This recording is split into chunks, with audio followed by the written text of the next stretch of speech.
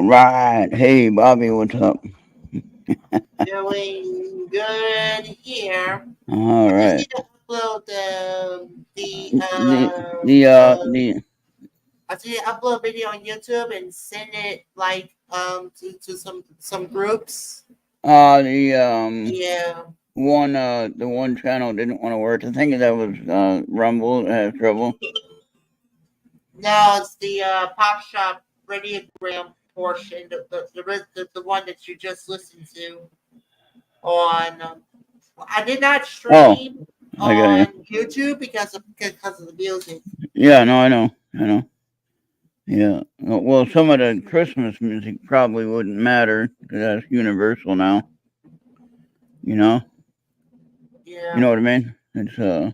And Yeah. they might still say it's copyright, but no, that's bullshit because it's in the public domain. So, you know what I mean? Like, say, Jingle Bells, for instance, that's public domain. So that's I not mean, a problem. like I said, I could have had continue, but it might be like either more radio or a game. Yeah, But um, but yeah. this is fine. This is fine. So I wanted to, how can I took some, wait, now, how do I do that? Hey, Genghis, Merry Christmas to you. And Where's your Santa hat? You gonna have a Santa hat? Of course, I don't I have don't one. have a Santa hat. You You're don't have supposed to have a one? Santa hat. Genghis doesn't have one. Your dog didn't have one the other day. I remember I had one for my, I had a little skunk, uh, character, and or my Donald Duck thing had the Santa hat too. He had it. My Donald Duck had a Santa hat. Yeah, he's over there on the other table, sitting there hanging out, doing nothing. All right. So hey, I got a story to tell you, Bobby. Before I get into my books, I'm going to share. But we're Alright. gonna share some of Joey Medea's books because we're talking to Joey Medea on January 26th. Okay. So I'm going to Alright. share his pirate books. So we're going to be talking about pirates on that day with Joey.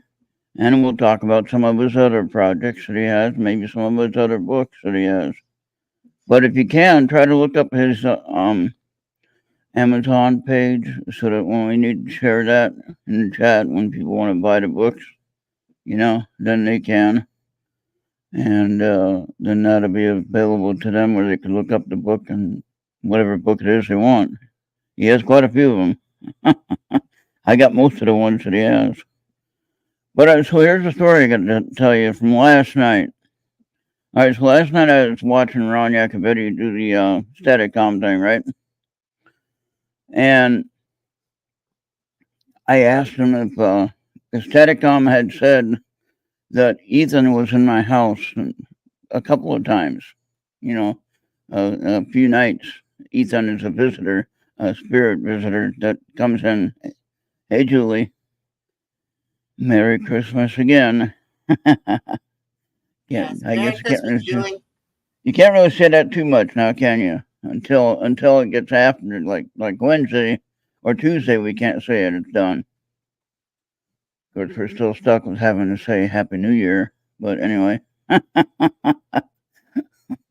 that's coming up next, right? It always amazes me. You go the whole year and then you got two big holidays like 1 week apart, and you're like, what the hell? You know, kind of crazy like that. But anyway, here's what happened. I carry in my coin pocket of my jeans. I carry a Native American teardrop, which is made of black obsidian. Okay, and the interesting thing is that's used for protection and positive energy. Okay, so even though it was a terrible thing that happened for that when they made that kind of stone, and it became part of a story. And the story goes that one of the Indian tribes, I can't remember exactly where, um, Arizona maybe. They were losing their battle in any case, and they didn't want to fight anymore because they knew they'd lose against the army. Okay, and so they ended up giving up and they rode over the edge, rode over the cliff, and yeah, everyone died. Almost everyone of that whole tribe died. I can't remember exactly the tribe name or the tribe of the Native Americans that it was, but well, I don't know if they're Native American at that time, but now we call them that, you know. Uh, so anyway, the Native American teardrop stone is in remembrance to that event. That's one that I have on the one necklace I have that Esther made the pendant for. And I don't have that on right now, but I have my other one on. I got my amethyst on. That's good. That's good enough. But anyway, with this stone, it was weird. It was in my pocket, in my Oh, coin it's pocket. What, Bobby? Can I talk? oh, sorry about that. I was just like I said, I was posting my report to social media. Oh, I'm okay. sorry. You were thinking out loud. All right, all right. No, I just making sure I wasn't missing something there. All right. So anyway, with my story now, go back to my story now. Don't stop. Don't interrupt again. I might forget what I'm talking about. Um, I have this stone in my coin pocket, right? And I go to take my jeans off, and it drops out of the coin pocket. Now it's in the coin pocket with my pendant of Michael the Archangel, you know, the silver protection pendant. I probably should put it on a chain and I should wear it, not in my pocket. But anyway, it's in my pocket. And it's right next to the stone. But anyway, the stone drops out. It falls on the floor. I see it and I hear it fall on the carpet. You know how you drop something, you know, you drop it, right? There's only one place where it can go, right below you, right on the floor. So I put my pants up and I go to look on the floor to try to find this stone. It is nowhere.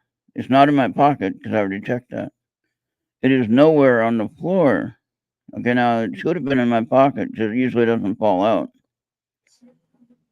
And anyway, it did fall out this time.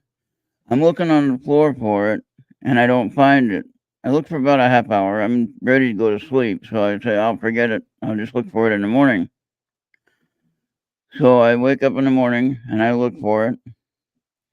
And it's nowhere on the floor. And I think, okay, I'll just check my pants again. And I checked the coin pocket, and guess where the stone was? In the coin pocket. It was not there when I went to sleep because I was spending a half hour looking for it on the floor. Do you understand what I'm saying? So now my only suggestion is this. Because I've been asking about this character, Ethan. This is the guy that Anthony described on the show that one night. Remember, he said he had black hair and a mustache, and he had on a gray, kind of a gray shirt with a black, either a black jacket or a black vest or something. You know, kind of like work clothes, you know. And but Ethan could be a little, you know, like a trickster type of thing. You know what I mean?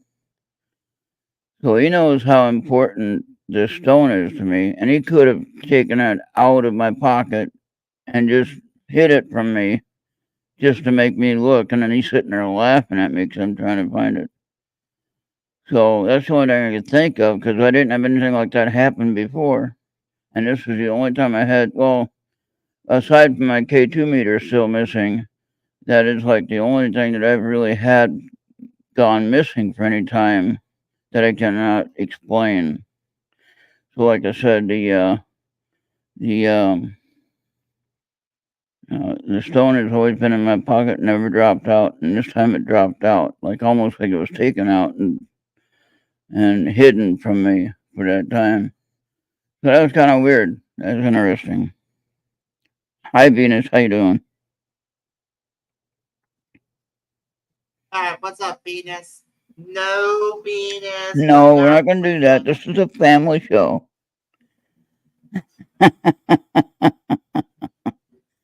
uh, all right. So anyway, we want to talk about Joey's books. Bobby, I'm gonna maybe. Okay, let me actually. I'll tell you what, Bobby. I'll send them to you on Skype through the phone, and then you should be able to download them, right? Yeah, I should be able to. Okay. Let me see how we can do that. I got 1, 2, 3, 4. 1, 2, 3, 4. Yeah, in order. Okay, so I'll do this one first. I'll share the cover, the front cover with you, and I'll share the back cover with you of each book. Okay?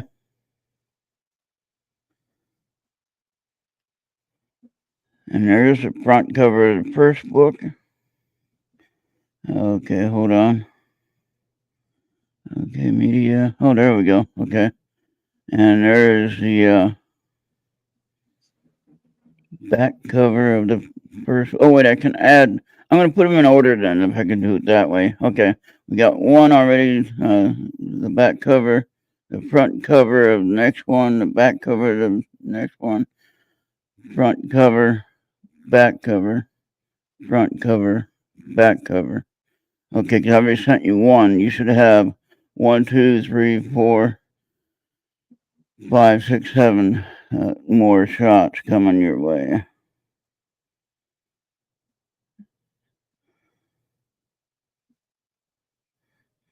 Okay, now what I want you to do on these shots in order, you can see on the cover it said book 1, book 2.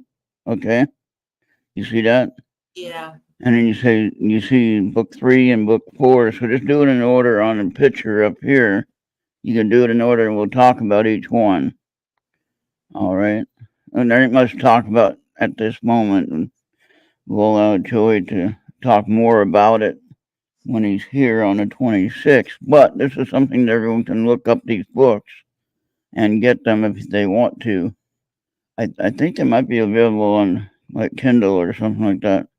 Anyway, so but if you can show those pictures one at a time for each book, so remember each back cover goes with the first book. You'll see the first one starts out at 1715 or something like that was the date. Okay.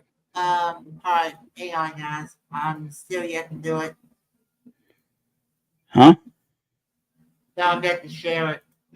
Yeah, the first one was 1715, then the second one was 1716, 1717, and 1718. Yeah. Sometimes the photo manager is a little bit backwards, but I think this is the 1715 one. Okay, you just look at the front cover. It'll say book 1. There's the 1715. Yeah, go back. Go, no, I think you had it right there. That's it. That should be book 1 right there. See, zoom in on it if you can. We don't have to. You see book 1 though, right? Yeah. Right beside we all be to go back here, and then right beside the we is book 1. Okay, now scroll to the next one. That's no wait. Did I get that mixed up? Yeah. Okay, there. 15, 1715 was the part of the book 1. Yeah. So yeah. Here is book 3. Why did I mess up? Yeah, it's the way Skype downloads it. That's dumb. Well, just find the one that says 1715. It's there.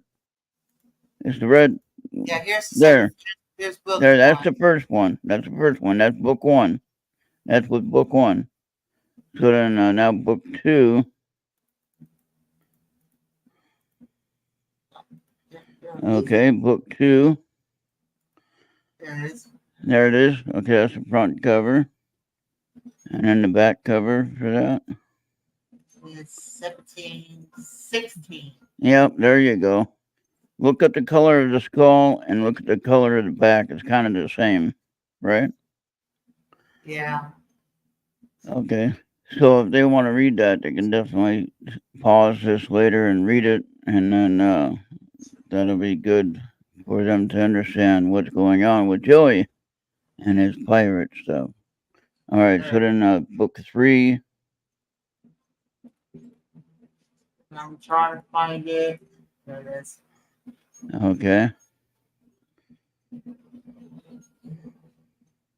And that should be 1717, right? Yeah. Okay, I got that right. Okay. And then yeah, see this way if they want to read that, they can pause it and zoom in on it and read it and take their time all about it, you know. And then 1718 is the last one, but you notice the skull is red. Okay, book 4, the skull is red. And then the back cover is 1718 and it's also red. And I didn't realize this when I first looked at the books, but now as I'm looking at them, and I mean, the back cover is the same color as the skull. Interesting. All right, so there you have it. Those are the 4 books that we're going to be talking about. And believe it or not, he has book 5 coming out. So, so get ready for that one. And yeah, so we'll be talking all about pirates on the 26th and some other sideline discussions about some other books and some other things that he has. So him and his wife Tanya wrote a book about ghost hunting stuff, or how to live in a haunted house, or whatever it's called. I think that's what it's called actually. Yeah. And so that went pretty good. It was pretty big seller. Hey Michael, how you doing? Michael's not ready to go live. What's your YouTube channel? Merry Christmas, Michael. Yeah, Merry Christmas, Michael. I'm not sure what it is. I probably know it, but I don't remember I don't know if it's this name. Are you on YouTube? What are you going live? Where are you going? But what's whatever? Oh, you're on live on Facebook. On Facebook. Okay, so that would be Michael Tarr then. Send me a friend request. Yeah. He's on my page. You can find him on my page, Bobby. Yeah. Request. Send him a request. All right.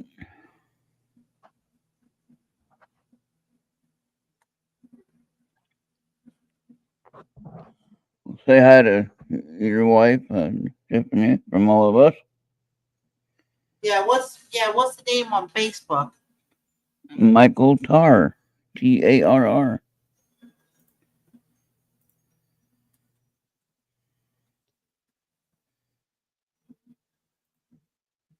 Is that I got the right name? Yeah, I got it. Yeah, that's the right name. That's one of these. There's no one in Mark's channel as well. So just send him that friend request. He'll answer it. You're gonna have to direct me because. Are you sure it's Marco Carr? Tarr. Oh, Tar. Okay. There can't be too many of them. No offense. Oh, finally the Patriots came. I found you. Finally, Patriots came back and they're winning. Oh boy, the Vikings were bad today. Man, they really pissed me off. I sent you a friend request. I sent you a friend request, Michael. All right, so make sure you check that one though, Bobby. If you make sure you check his friends, if you see Mark D'Antonio on his friends list, and you got the right one. Yeah. I just noticed that you're also friends with him, so I just went up there and just sent him a request.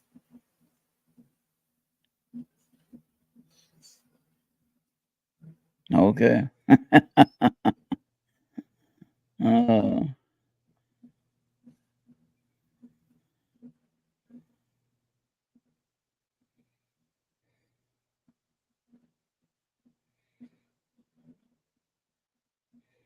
oh, what is he doing on there, though, Venus?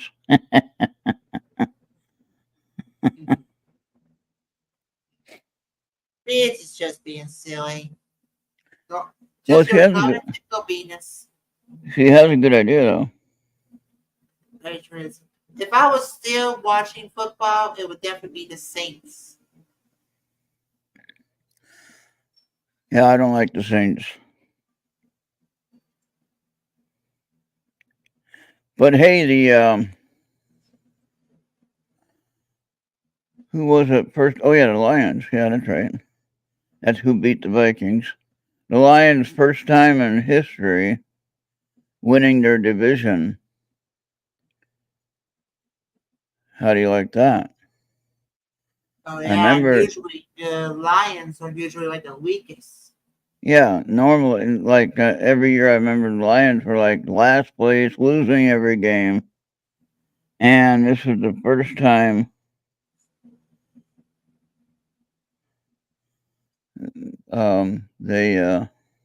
they won their division and possible chance at the Super Bowl. Yeah. And they're the only team that has never been to the Super Bowl. Now the Vikings been to the Super Bowl, but have never won it ever. They've been to the Super Bowl. When we went in 2010, we knew how to conquer it. Yeah, but So it was we didn't like you Saints because of the problems they had with the illegal plays on the quarterback, and that was a thing that was actually called out with that. Okay, yeah, but like because not just the Saints. That was when everyone was kind of doing that kind of thing. I mean NFL can do like whatever they want just to try to rig the game. They got fined and they haven't been back yet since then. All right, take care, Michael. All right, we'll talk to you later. Yep, Merry Christmas. Yeah, there ain't no limitations on time. Time is irrelevant.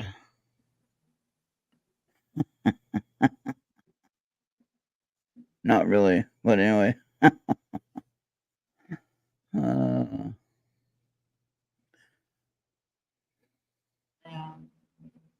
And then I did something fun just to solidify the gapping and stuff like that that you all should have had watch. But the reason why I wasn't on YouTube is like Bill, if you're gonna get sued for copyright, then doing it like on Twitch, Trovo, Odyssey, and if we could get Rumble, if I can get Rumble going, I might even do it on Rumble. I don't like how Bill and Keith Wright can do it on Rumble and you can't. well, when I get upset about Rumble is I can't get the connection working correctly on it, and for some reason it doesn't want to work. I keep trying to get it and include it on the live stream here, but not liking it. But I have Odyssey working, I think. Yeah. And yeah, Bree was over there doing a live stream of place in Indiana. I think it's called the Ramsey County Infirmary in Indiana. So she's doing that. Got some interesting things happening there.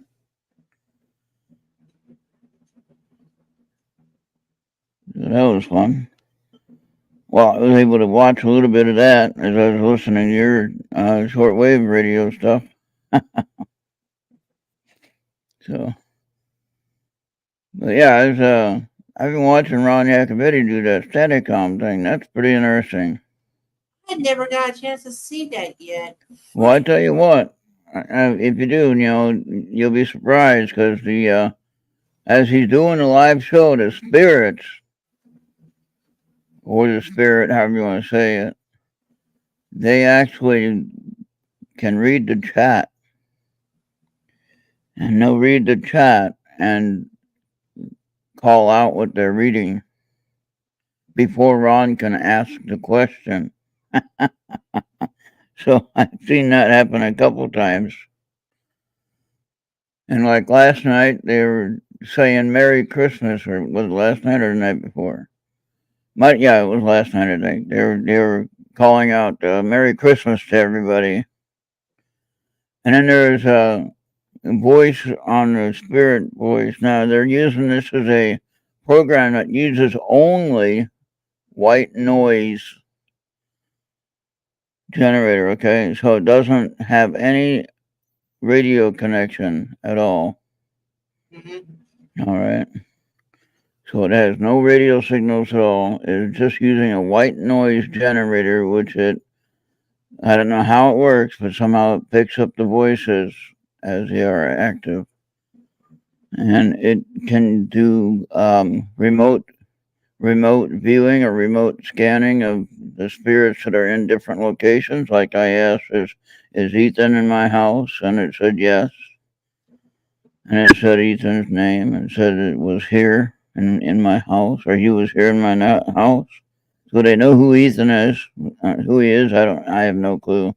I just think he's a traveling spirit that landed here for a little bit, and he'll go on, and he won't be here anymore. And there are some that are regulars that are here that have not moved on. They're still here. Yeah, I don't know why. But as long as it don't bother me, I guess I'm okay with that. But Ethan is a new one, and that's like I said. Anthony described him when he was on our show. If you remember, Ethan Hawke. Yeah, I don't think it's Ethan Hawke. uh,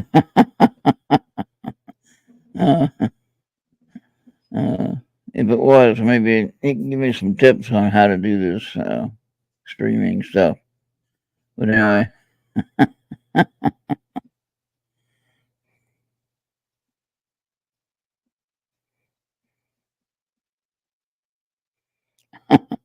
he was super hot, really? Or Ethan Hawke was super hot. Okay. Yeah, I wouldn't know anything about that. So anyway.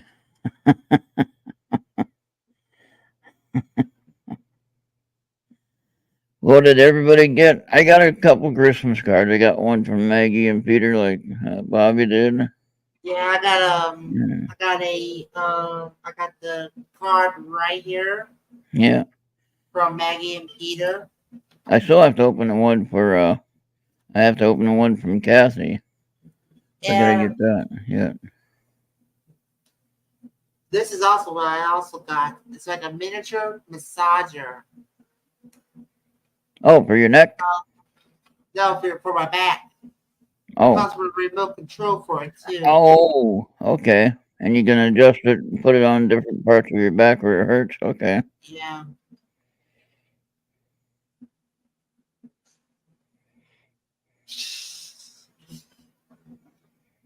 Yep, I can hear it. Ron's ghost fingerprints on the voice of the yard. Oh my gosh. But I can hear it running.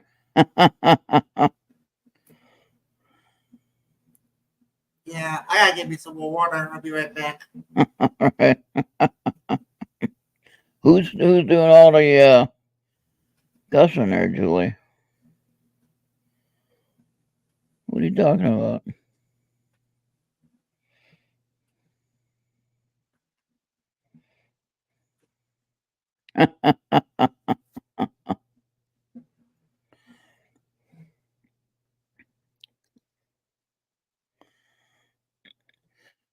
Yeah, well, I don't think that Ethan I'm talking about is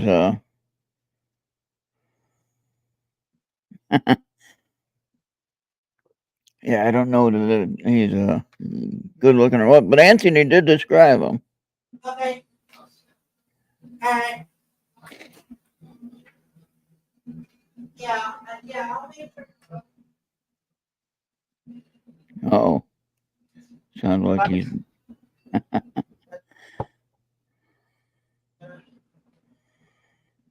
no, because I had to, I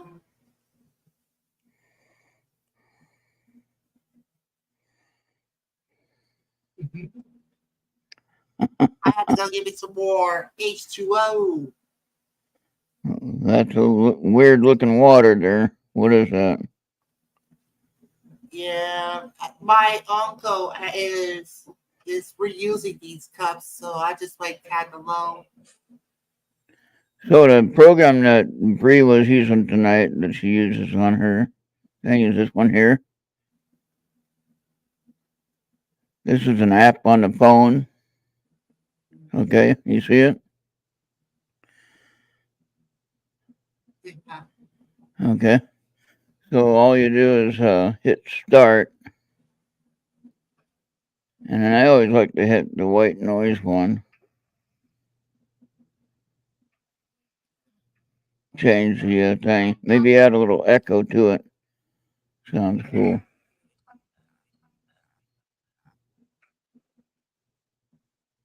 So sometimes not very clear at all.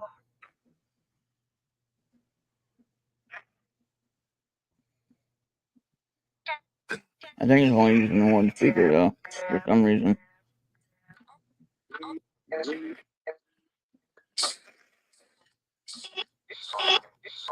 We can turn off the echo.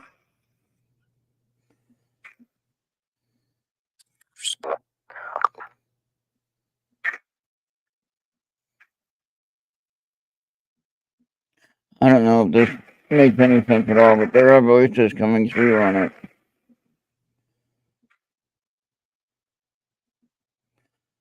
Okay. So that's fun, huh? I can adjust the sweep rate.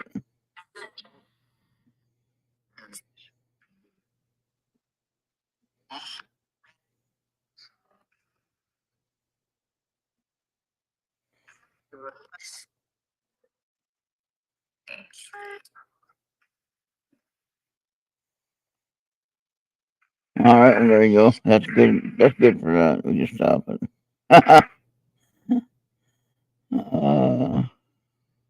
That's fun, huh? How do you like that?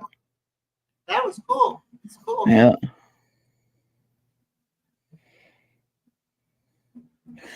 No, Venus, Anthony, one night when Anthony was guest on our show here and he was co-host with us, and Anthony does spirit drawings. When he sees a spirit, he'll do a drawing. But in this case here, he saw Ethan standing behind me. I thought he was kidding around like what Andy always does. Andy always says, "There's someone behind you," and then of course makes you look, and then you look, and there ain't nobody there. But Andy's just playing tricks. Andy would be a trickster if he was a ghost. But Anthony, however, he sees and describes the person that he sees, and he can draw a picture very accurately of the description of what like a police artist, like a police sketch artist. And in any case, I've been knowing that Ethan is here, and that was one of the names that came up on my other app that I was using, Ghost Hunting app. And you'd use that and it scans, and it comes up with, yeah, I'm sure his name is Ethan. Like I said, that was one of the names that came up on a Ghost Hunting app. But besides that, I'm pretty sure it is his name. Well, from the way that Anthony described him, he looks like an Ethan. Black hair, mustache, had on like a work, like a gray work shirt and jeans. Had on well, he had black mustache and black hair. So I don't know if that looks like an Ethan or not, but that's what I thought. The name fit him, in my opinion. for the time period of what he was wearing, which was like maybe, I don't know, late 30s, early 40s type outfit. Uh, kind of I guess he had kind of a vest on, like a work vest or something. I don't know how to explain it. But Ethan came through on the Staticom uh, program that Ron was using in, uh, what is it, South Carolina where he lives? Or no, he lives in New Jersey. Wait a minute, yeah. He's in New Jersey. It's Chris and Audra that are either North Carolina or South Carolina. Ron and Lotus are in New Jersey. So anyway, he was getting the reading from my house, and of course he got readings from all over the place. But that's what's interesting about that. It's just like a person, a program can remote view. And the other thing is, like, if you type something in chat, like here, then it would read what you're typing. That was weird. Uh, but yeah, check that out. I think he's gonna do a show tomorrow night, Bobby. If you haven't followed Ron Yacovetti on Facebook, you need to. Yeah. And or Tony Rathman, either one of them. They both do the program, and so that's interesting. Yeah. Yeah. And So I hope Santa has. Are you familiar with Japanese entertainment? Its movies and television shows. What now? Japanese entertainment, like from its animated content, its TV shows and movies. No, not really. Uh, yeah, because there's actually one that a community group watches every year, and it's a Japanese movie called Rex, a Dinosaur Story. It No. actually features like an actual, legitimate, real dinosaur being preserved from like whatever what killed the other dinosaurs, Yeah. and they unlock that dinosaur and they go on a nice adventure, No. both the child and the dinosaur. All right. Let's see if anybody can name this movie that I watched today. Uh-oh. All right. The main star of the movie was Eddie Murphy. Try to guess what movie it was. Okay, I know a few Eddie Murphys. I know two that I watch many times. Oh, name one of them that you'd think. The Nutty Professor. Nope, it wasn't that one. That's a good one. I might watch that though. All right. How about The Adventures of Poodle Dash? Nope. Dang it. Not even Haunted Mansion. I know Eddie No, Murphy started that one in the no, OG version. no. This might have been one of his Doolittle. earliest.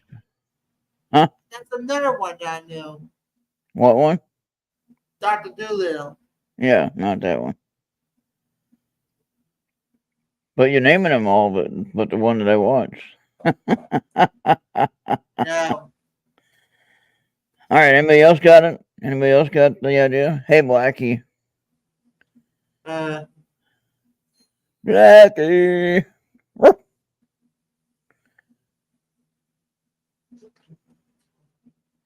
okay. Yeah. I never saw Coming to America, but No, not that one. did Eddie Murphy did The Distinguished Gentleman? No, he was. All right, I'll give you a clue.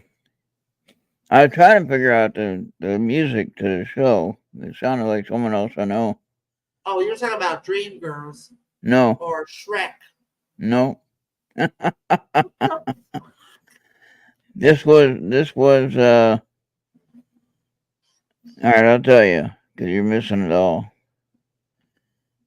Beverly Hills Cop, Oh, I never saw that one, but yeah. and he was actually a police officer in Detroit, but through some weird experiences, he ended up in L.A. somewhere and was doing some kind of research on why they came after his friend, basically.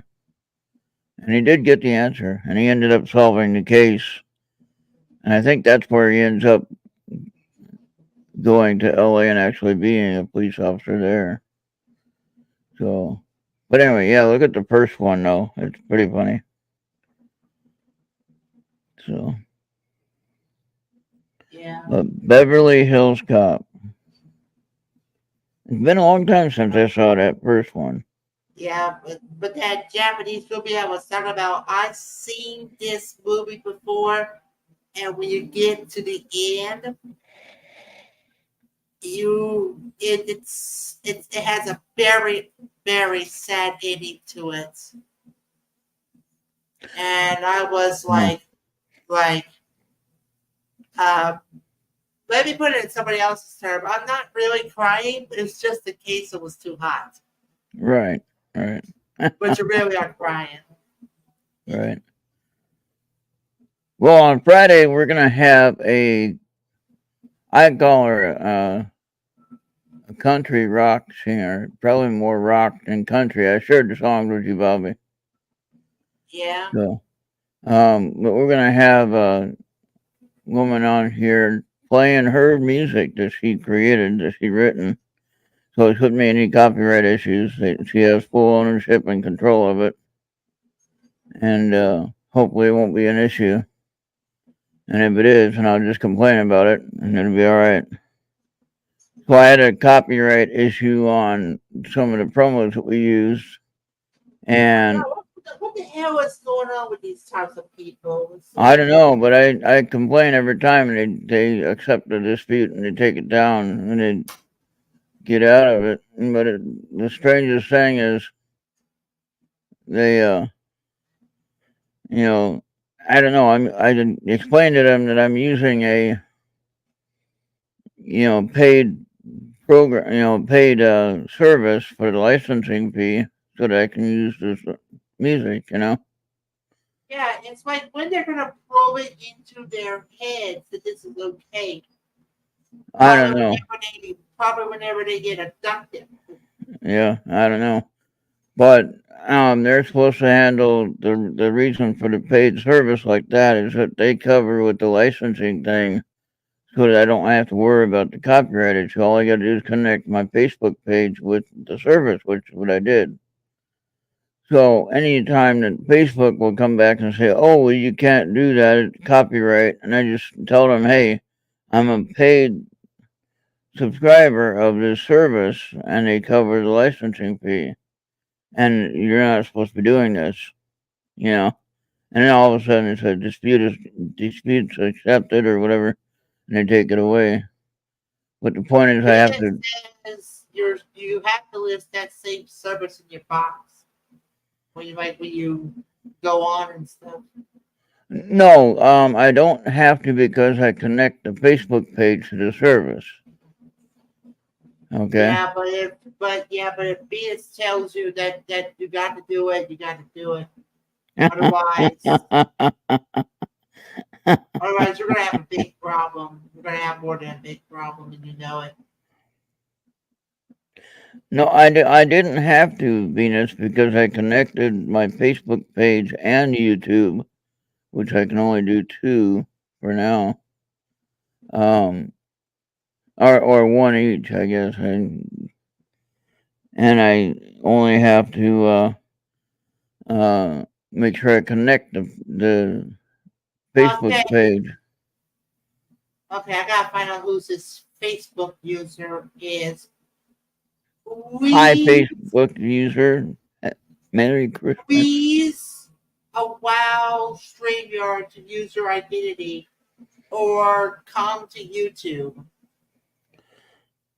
And it tells you right there when you go. Right at the top of the post, it tells you.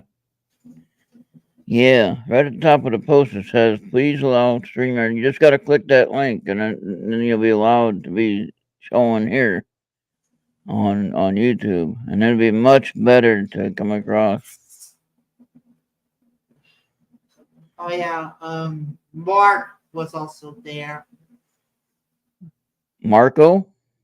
No, Mark Antonio. Oh, okay. We didn't even see it in the chat. I can't see him in the chat.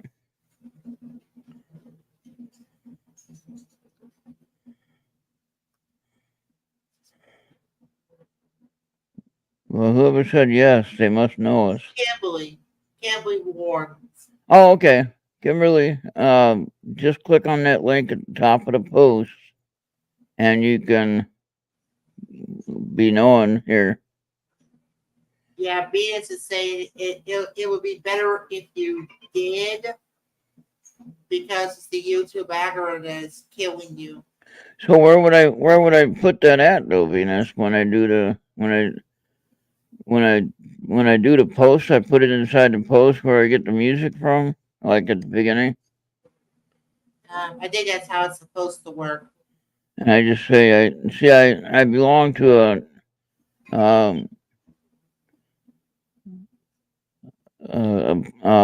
some organization, you can call it, I guess, called Slipstream, and I also belong to an organization called. Yeah, we're still here. Short live, Michael. And I also use a platform called Canva. Both of them I pay for to use the material that they have, and they both say you got to connect your pages to such and such, whatever. So, but anyway, all right. So, did Kimberly ever get her name fixed? I wonder, Kimberly. If you look at the top of the post, just click on the link and then see if that will help you get noticed here.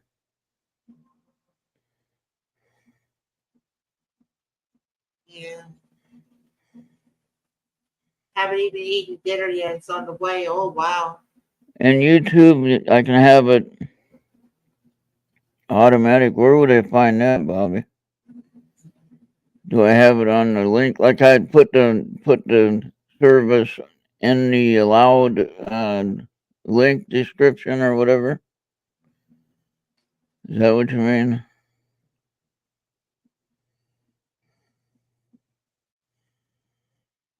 Haven't eaten dinner yet. I ate a whole pizza already.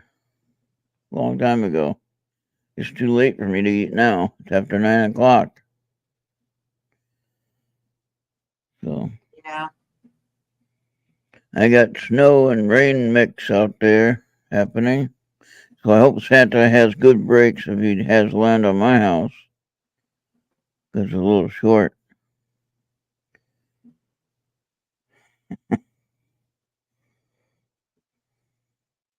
Got steak and lobster on the way.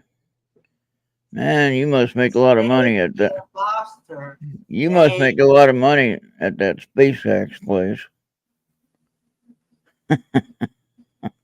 Oh, that's what you get whenever you work on those satellites. That's supposed to give us. That's right.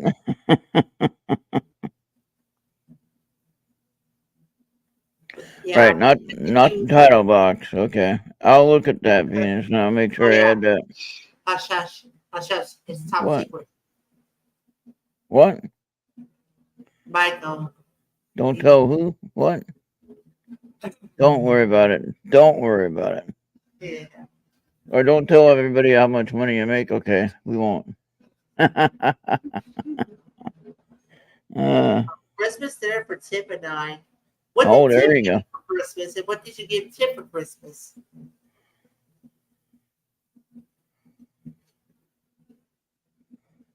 Oh.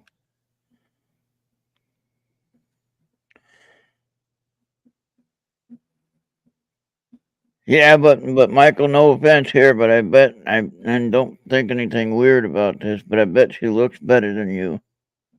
Just saying. What kind of scientist though? What does she work on?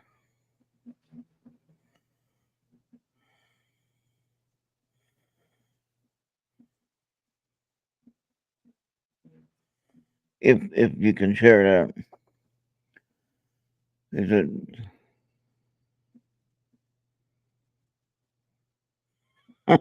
You got her a cat. What kind of cat did you get her? Ah, in the medical field. Nice.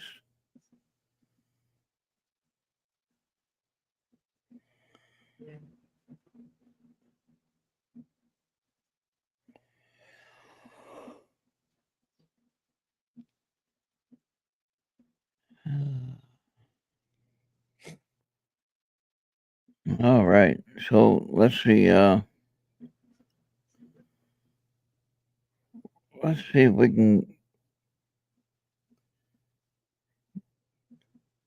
And yeah, Kimberly will be on our show at some point. I'm not sure what day yet. We're gonna figure that out.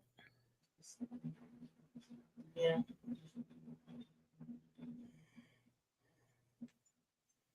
Okay.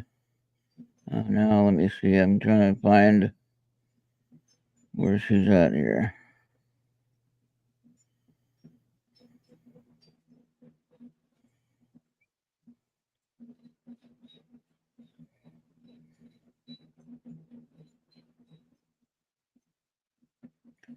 Okay, I don't see her.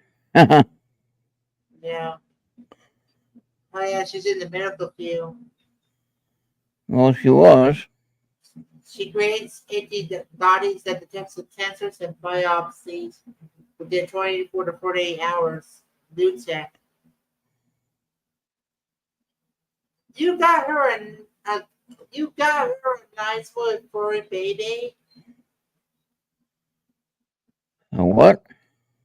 She yeah, Mike gave Tip a new kitten. Yeah. Yeah. What kind of cat though? I didn't hear. I didn't see it.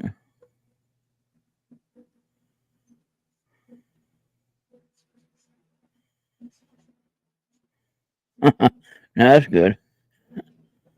Imagine a refund on. Well, Bobby, you wouldn't have this problem, but some people drink a lot.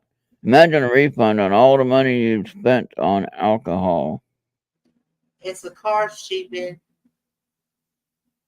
It's what? uh, Bombay. Long hair, black. I had to find out what's a Bombay. I don't know what that I is. was a cat, but I had a for 1 year. He got to be 1 year old, and I was moving, and I didn't know I was moving from San Diego to Sacramento, and I didn't know if I was able to have a pet or anything like that. So I ended up giving my cat to a woman who had a farm, and she said, "Oh yeah, there's lots of mice. He'll love it at the farm." And he is big enough to take care of himself with anything that comes along. And this guy was a Siamese and Maine Wildcat, and he was 18 pounds for his weight. He wasn't fat, but he was muscle, all muscle. And if you know anything about Siamese cats, you know what I'm talking about.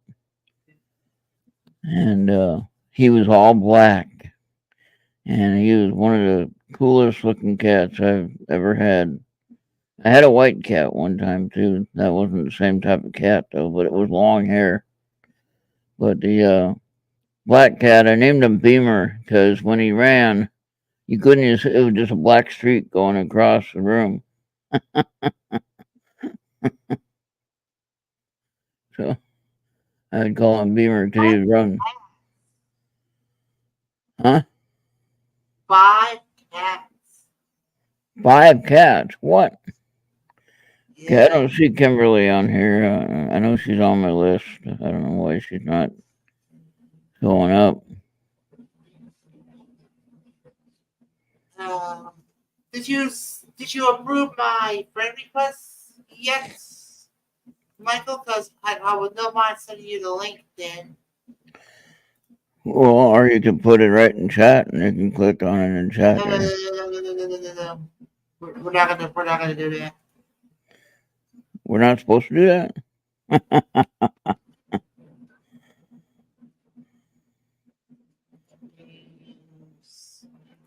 Oh yeah. Did you get them? Yeah, I'm fixed to right now, All right. and it's away.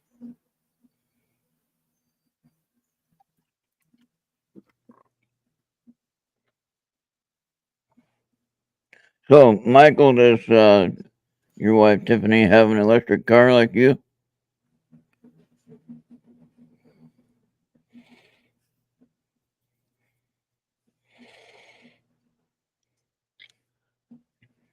Okay, he was probably chatting on his phone on that one.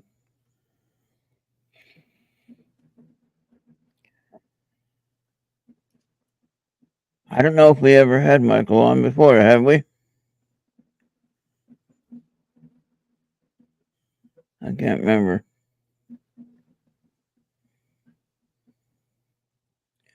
Oh yeah, so yeah, it'd be better on the computer if you have headphones. That'd be.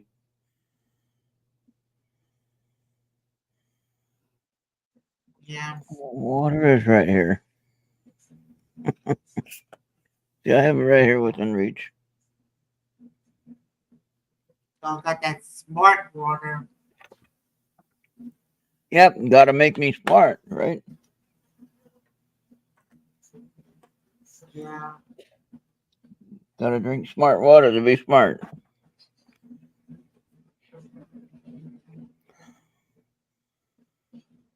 All right, he's setting up his computer now, so it'll be a minute. So,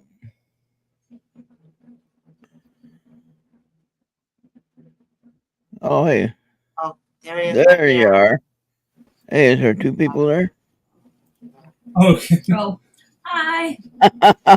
Hello. How's it going? Hey, all right. All right. So yeah, we got the microphone here. You can't see it because we blurred out the background. Yeah. Oh wait. Well, yeah. And I was right. She looks better than you. I was absolutely right. Yeah, I'm butt ugly. She's beautiful. What? No, that's not weird. That's not weird or nothing. I'm just Right on. It's good to see you guys in the flesh. See, now you're seeing me in the flesh there, Ron. yeah. The other Yeah, night I we always, slept for like yeah, 3 or 4 hours in the middle of the night. Oh, Talked for yeah. hours. We're talking with Mark D'Antonio sometimes when he's doing a long stream and Yeah. all that. And Mark's a good guy. I've known Mark a few years. Yeah. Same here. Yeah. We've been seeing each other at Pine Bush for about 6 years. I think he missed last year because of the other event that he had to go to and speak at. Yeah. Contact in the desert. Yeah. No, I think he'll be able to make it this year because it's a different date this year. Okay. So he can make it to the Pine Bush again, which I'll be going again this next year. It'll be my 8th year. So When is yeah. when is Pine Bush? June 1st, weekend of June 1st. oh, yeah, That's the weekend at Contact. That's the weekend of Contact. No, isn't Contact after that? No, No. it's that weekend. Oh, It's okay. May 30th. I'm gonna check that real quick. That'd be the weekend before then. It's May 30th to June 3rd. Yeah. Oh, okay. So it's the same 5 weekend. days. All right. Yeah. All right. Yeah. Well, maybe Mark. I don't know if Mark can go then. I don't know. He was Yeah. talking about it. Good. Because we're going to be giving away 5 telescopes that weekend Okay. there. So yeah, we're trying to do the best we can with getting these telescopes out because we want to be able to. What the goal is, the ultimate goal is to form like a skywatching network. Yeah. So like the more people that have these telescopes and are using the right equipment out there, as they're watching the sky, they can hopefully capture that irrefutable proof that would help move along either disclosure or even possibly usher in global first contact. But that's at best. Yeah. At best case scenario. Yeah. No. Julianne has a question. Mike, do you know Bruce Ole Solheim? No, I'm not familiar with that name. Hold up. Yeah, not Ole. Never met Bruce. Okay. No. We, Well, we hung around with other people. well, I know there's a lot of people at Pine Bush every year, and you can ask me if I know somebody, and it's like, well, maybe. Yeah, yeah, Some of the people that come to Bill's house, producer Bill on KGRA, and I stay at his house for a week when I go there because it takes me 25 hours to drive there, Oh wow, right on. and so I got to take time out, and I've got it figured out now. I was using truck stops, but that's crazy, and you don't want to stay at no truck stops nowadays. Right. And a couple of years ago it was okay. Now it's a little bit weird. And but I'll say like I'll take a break at the rest stops. Even that's kind of weird and sketchy sometimes, depending Yeah, on where you are. But yeah. just got to be aware of it. I always have my recorder going and everything like that. So, That's right. Be very it- safe. yeah. So I mean, if anything happens, people are watching.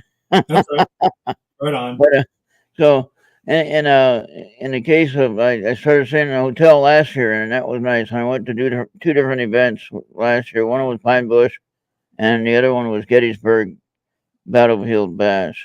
And so I went there for the first time, and I tell you, in both cases, the people that I always meet at these events are amazing. Kind of like when you go to Contact, and you see all the important and cool people that you don't know if you're as cool as they are or whatever. Well, honestly, it doesn't really matter. Like when But we you know what I mean. You know really, what I mean. yeah, Yeah, you know yeah, exactly what I we mean. weren't really looking for that type of. I guess we were just looking for people that um, are like minded as far as wanting to find proof, and yeah, And that's that's all. why I go to Pine Bush. That's why I go to Pine Bush all the time.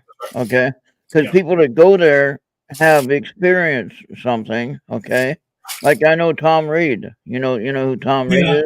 yeah. Okay. I spoke with Now him. I met Tom a couple of years, and I've been to his park and seen what he does and see what his story is all about. Right Went on. to his his mom used to work at a restaurant. I don't know if they owned it, but I think they might have owned it at one point in the town there. And we went to that restaurant, and that was pretty cool to go there and be part of that, scene. And then it's like, I know this guy. He's going to be a big star at some point when his story gets out there. Right on. And he's pretty cool. He's like one of us. He's not trying to be any cooler or bigger, and not trying to push his so-called popularity around. He's Right. just being him, Right. which is amazing. Right. And same I thing think with we need more of Trav- people that are really, yeah, yeah, that are dedicated to the search and yeah, not dedicated to the the cash. fame and fortune. Yeah. Exactly. See, I I mean, we met. make enough money. We don't really give a shit. Yeah, I was gonna say I met Travis Walton, and a Oh lot of yeah, people. we Some met people him. don't like him. Some people like him. I think he's just a regular guy trying to express what he experienced. Yeah, And I do believe he experienced something. He doesn't understand it himself, and he's trying to explain it. Of course, Hollywood got a hold of it and blew it all out of proportion, yeah, and yeah, didn't quite go to what he wanted it to go. And that's why he's doing his own movie again. yeah. Doing the new edition of The in new one. his own words. Right. And then hopefully it'll come out better, and it'll be a lot better result on what he wants his story to share. I met Commander Cobra, if you know who that is. No. Commander Cobra, he was a host on KGRA. I think he's coming back this year, Okay. and so this next year. And but he talks. He's a pilot. He does private stuff now, but he used to be a pilot in the military too. So a lot of the guys that Bill knows and that are on the KGRA show, they've either been cops or they've been military, ex-military, or Bruce. former military. So I fit in with a lot of those guys because I am a 4-year Navy veteran myself, disabled, but I haven't not seen that. not anything physically disabled, just with my hearing and stuff, certain things, but nothing, no arms or legs or anything like that. But I didn't see any battle, combat. I Can was I in answer Julie? peacetime. May I answer But Julie? Real quick? Yeah, I still go ahead. Just really quick, because I don't want to lose my train of thought here. She says that Bruce goes to Contact in the Desert and has been a speaker. When we've been going since 2017, and because of the circles that we kept, we really didn't go to we didn't do a lot of the speakers at all. No. Yeah, all we did was really hang out with the people that we were friends with at the time. Let's put it that way. Okay. Yeah. Yeah, and that's challenging when you're Yeah, going there because you feel comfortable with the people you know, right. and then Right. it's pretty big. Like Pine Bush, for instance, last year we had probably over 8,000 people attend.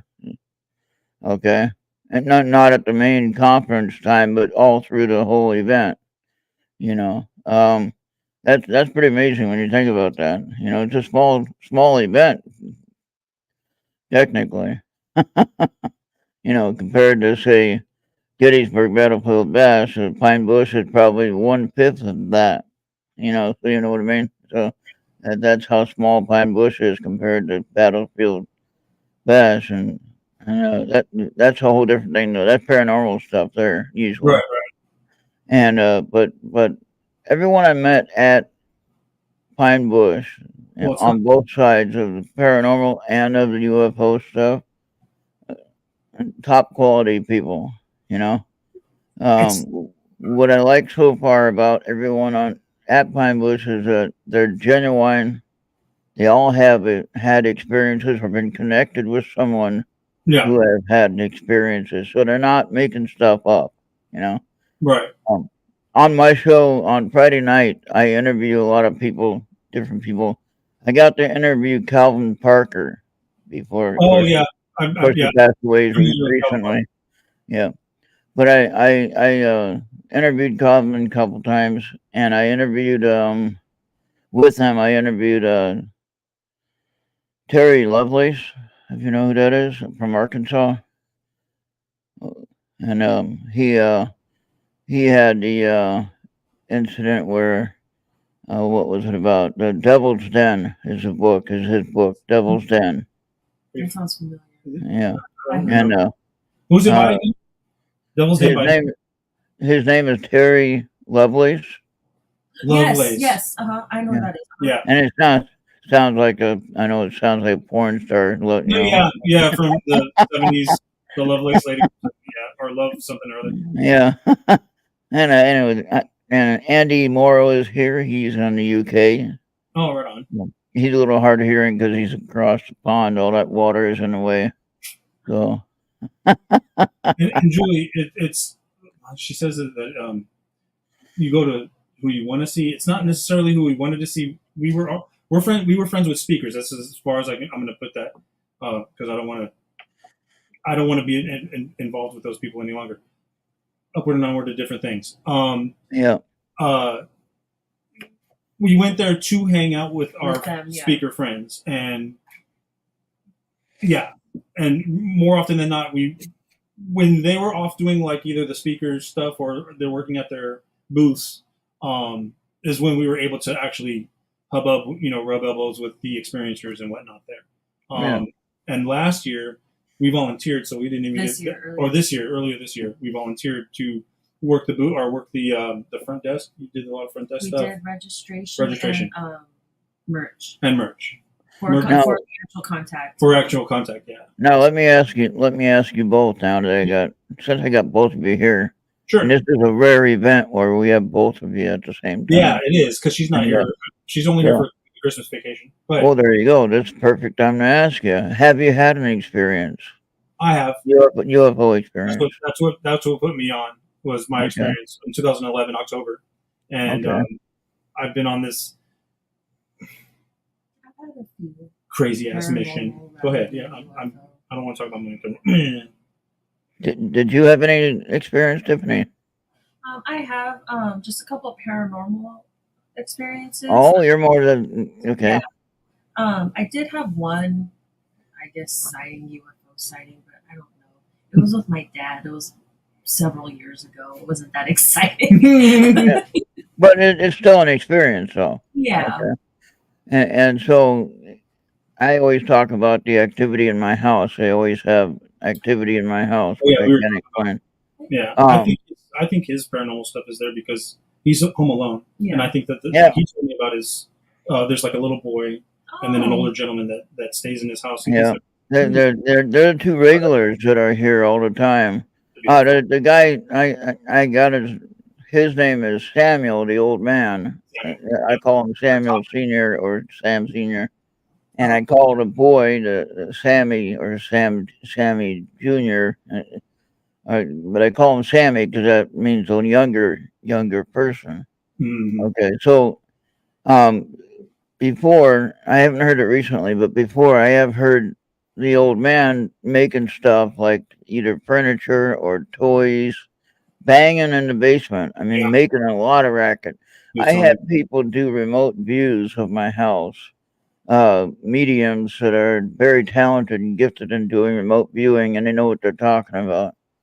And they, one was from Ohio, and she pretty much retired from the business, so to speak. And but when she did a remote view of my house, she said I heard banging in the basement. Wow. She heard that when she was remote viewing. Right Yeah. on. So, and then she told me how many other spirits were here, which I didn't tell her about some of them. And she said, "Oh, you have a little boy there, about 10 years old, right?" And so anyway, this little guy, I'll be sitting in my chair, and then all of a sudden I'll feel him tap my elbows, one on each side, and make me look. Tell him make me look, turn my head and look to see if anyone's there. And then, of course, no one's there. But I feel the tap. I really do feel the tap on my elbow. And I can hear him running away. I can hear the little feet, running away. And I have carpet, but I can hear him running away. And so I talk to him. I call him Sammy. And I don't mean to send anybody away or make anybody, destroy their life, they have here. But I want to know who they are. That's right. That's why I'm trying to research it. That's And right. if I can connect with them on their level and try to get that answer, and then maybe we can help them if they want to move on, if they can tell me why they want to stay here, like what do you want to tell me? What's your message? That's my big question. What is your message for me? Mhm. You know, so- Yeah.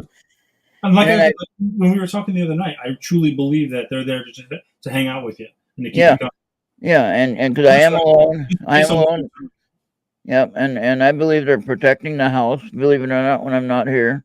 Right on. Because if I'm not here, then they can make things happen and scare somebody off. You don't Right know. Mhm. Somebody that doesn't want to believe in it, they're going to run away because Right on. they're scared of what they're hearing.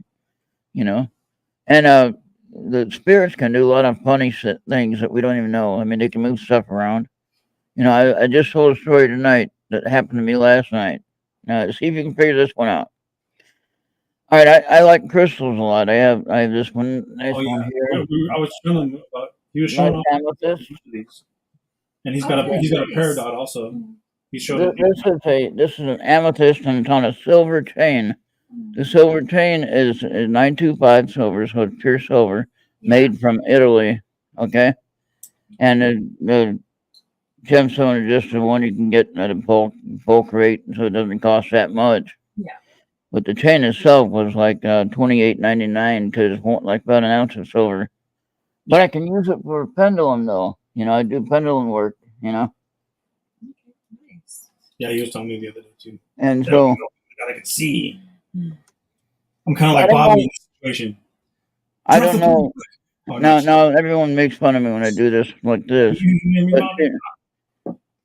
Oh, wow, that's Hang cool. on, What is that? I'm about to. I don't know what this. I don't know what kind this is though. Orange calcite. That's an orange calcite. It's a jade type. I think Genghis Khan said it was some type of jade, but I'm not sure what. Isn't But Jade? this is a silver chain. All right.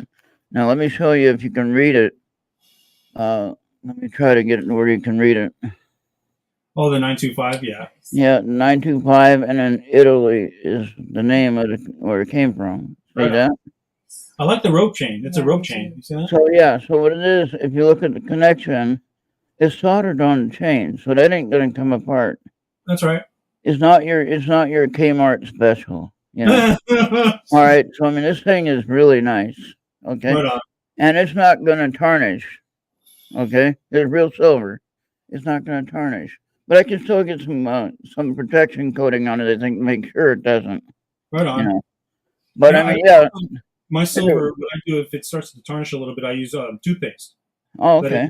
let it sit in toothpaste Yeah. for like what, a day, and then it comes off. If it gets too tarnished, you get it. The longer the better. But So now this is doubled. You can see it's 15 inches long, but the total length of the chain is 30 inches long. okay, Okay, so that makes a really nice pendulum. right on. Yeah. You see the weight? See the weight on it? You know how Yeah. it works. Yeah. Now I can have it. I can have it halfway and partly wrapped around my fingers so we can show you how that works. And then, like, I can hold it here like this. Okay, now it'll stop. It'll stop. And I always tell it pendulum clear. See how it stops? Now I was moving my hands, and if I was still moving my hand, it would still be swinging. Am I right? Right.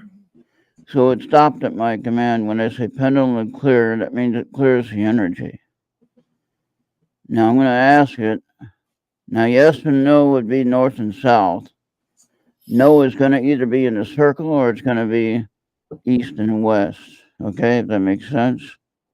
So, simple explanation of how the yes and no works. Now, I'm going to ask it, pendulum, is today Sunday? It's swinging yes. You can't see it very well on the screen, but yes, it's swinging yes. Let me put you in full screen. Okay, let me do it again. Pendulum, is today Sunday? You can see it swinging yes. Now let me say, pendulum, is today Wednesday? In a circle. You see that, right? Yeah. Okay, pendulum clear. There you go. Pendulum, am I talking with Michael Tarr? See it, yes? Going yes? Right on. Okay. Pendulum clear. So now I'm not making that move at all. It's Right on. moving according to my energy and my question. Seeing around through a peephole. Okay. So, and I still look good, don't I? I thought Oh, yeah. so. All right. As long as I still look good. And just to address Lady V, yeah, some groups when you go to these conferences, they can be a little sketchy. So yeah, we definitely keep it at a distance. Yeah. Definitely. So yeah. We've met from people from like MUFON as well. Like maybe I shouldn't bring him up, but yeah, No. I used to be top guy at MUFON. Well, the top guy at MUFON used to be, and yeah, he's not a very good guy. Not anymore. I know who you're talking about. Yeah, I'm not gonna. Yeah, they don't like to talk about him much. So Yeah, they don't want to give him any. They don't want to give him any screen time, so to speak. Yep, and we're not gonna do that here But I yet. met. I got to meet Dolan, Richard Dolan. Oh, okay. Yeah, I spoke to him this year. As a matter of fact, I did. I was like, "Hey, bro, let me talk to you real quick." Pulled him to the side. So, what do you think about this? I got to meet with him and talk with him, and bought one of his books. He autographed it for me. So, that's cool. I buy a lot of books when I go to these events. Everyone's got a book. Yeah, too, Julie. Yeah. True that. And so I got books of all kinds of people. But hey, if you like country music, next week I'm gonna have a country artist on. Well, kind of a rock country type, country rock or whatever. Anyway, her name is Jennifer Alvarado. You can look her up. She's on YouTube, I think. And oh yeah, you spoke about it the other day. Yeah, she's from Colorado apparently, and so she jumped on right away and said, "Yeah, I want to be on your show on Friday," and that's just this week, 29th. And Oh, like, this okay, well, I was trying Is that to, at 5? That's at 5, right? Yeah. Okay, that's at what's 5, that? right? When she comes on, or when you go live, it's at 10, 5, 10 p.m. 10 p.m. your time. Eastern. Oh, so 3 hours. So it's gonna I be would say Eastern. okay. I would So say 7, Eastern. 7 p.m. our time, or 7 p.m. It'd be 9 p.m. Central Time, and if you're West Coast time, Yeah, 7 p.m. then it'd be 7. Yeah. Yeah. So if that's early enough for you, join in or join with us, Yeah, yeah, absolutely. but she's gonna share some of her live music or some of her original music that she's written, so it shouldn't be a copyright issue because it's her own music, Yeah, and it's not like she's using she has her own production company and everything, so she's not having to worry about that.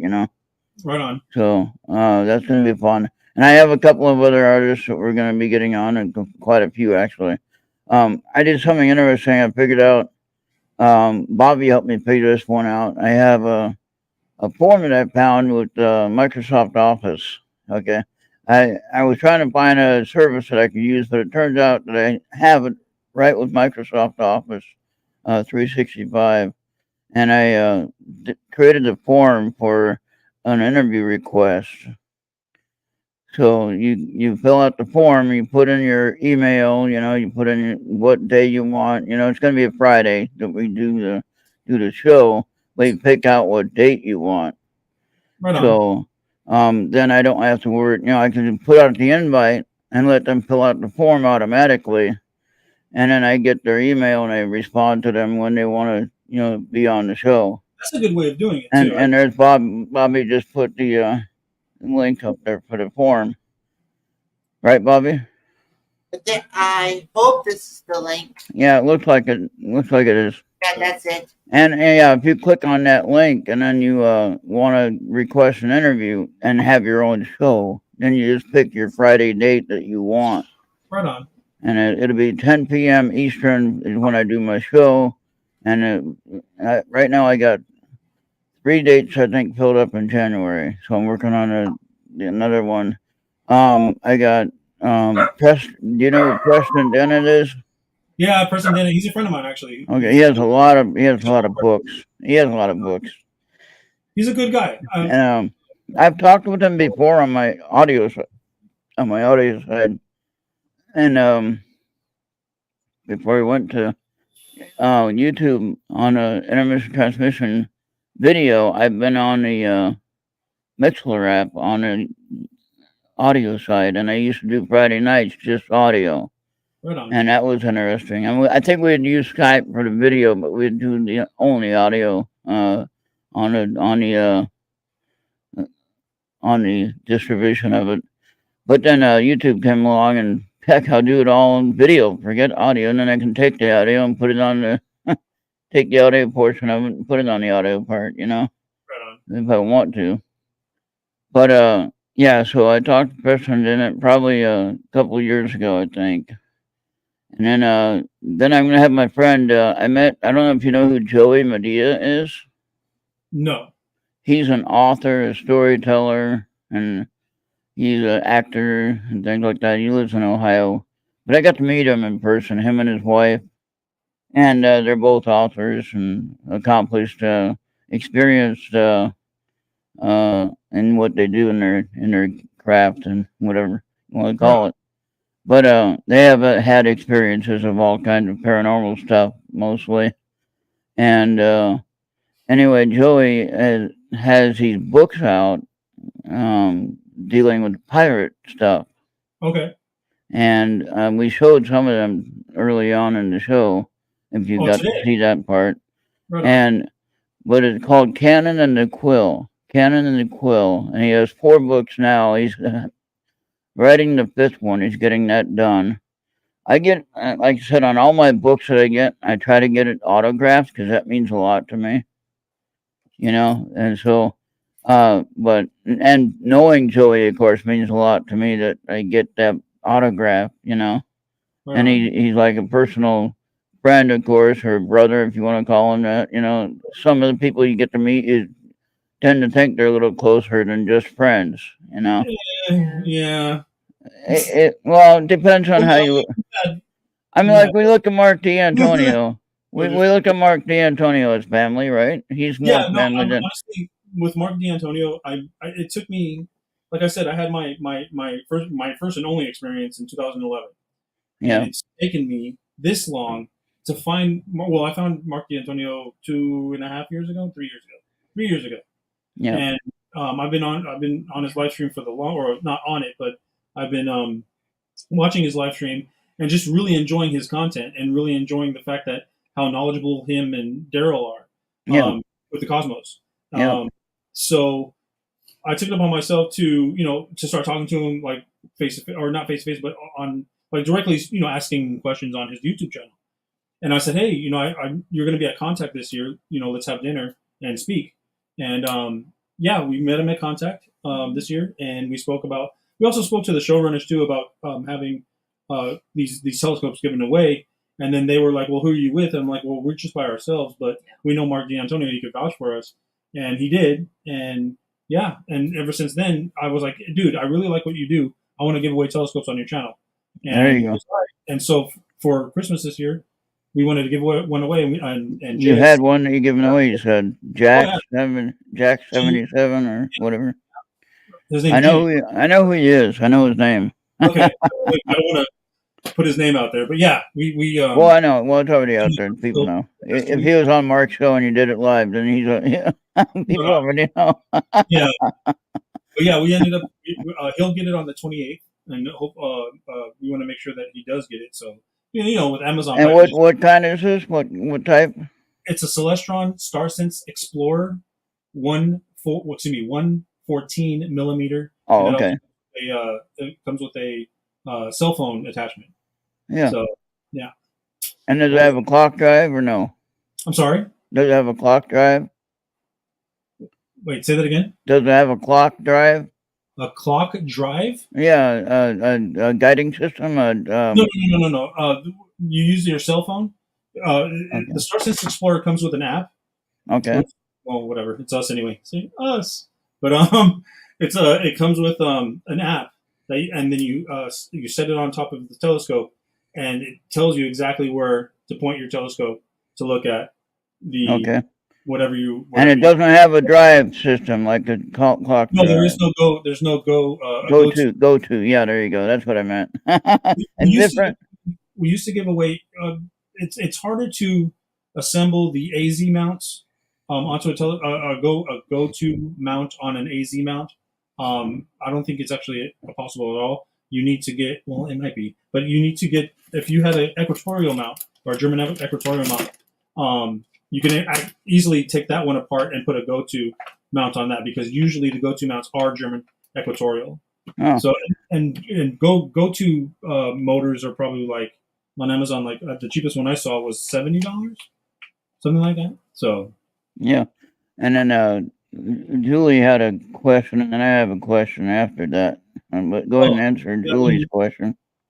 Well, do we have prediction for humanity as a major experience of ET and ships? If you want my take on it, I'll let you want to answer this one, and then I think we have. My answer is I think that and I think I've also expressed this to Ron, personally, or in a personal conversation. Yeah. I believe that humanity has to come together as one. We need to stop our petty differences, and we have our petty differences. I believe is what keep. The reason why I say this is because you know how biologists and people who study animals in the wild, they'll go out there, they'll trank a wild animal, they'll run up to it, do their thing on it, all their medical experiments, and then tag it and then release it, right? If you believe 10% of the people out there saying they've been abducted, even just 10%, we're not talking about 100% of everyone who's had an experience.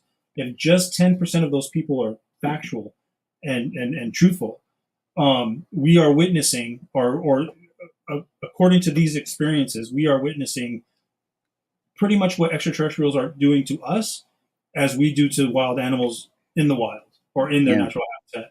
Yeah. So that being said, if us, if let's say Julie, let's say you and I are extraterrestrials, and we're flying by this planet, this blue little marble in space, and we are noticing for the first time, we're checking out humanity as a whole, and we're seeing people killing each other. We're seeing people hating on one another.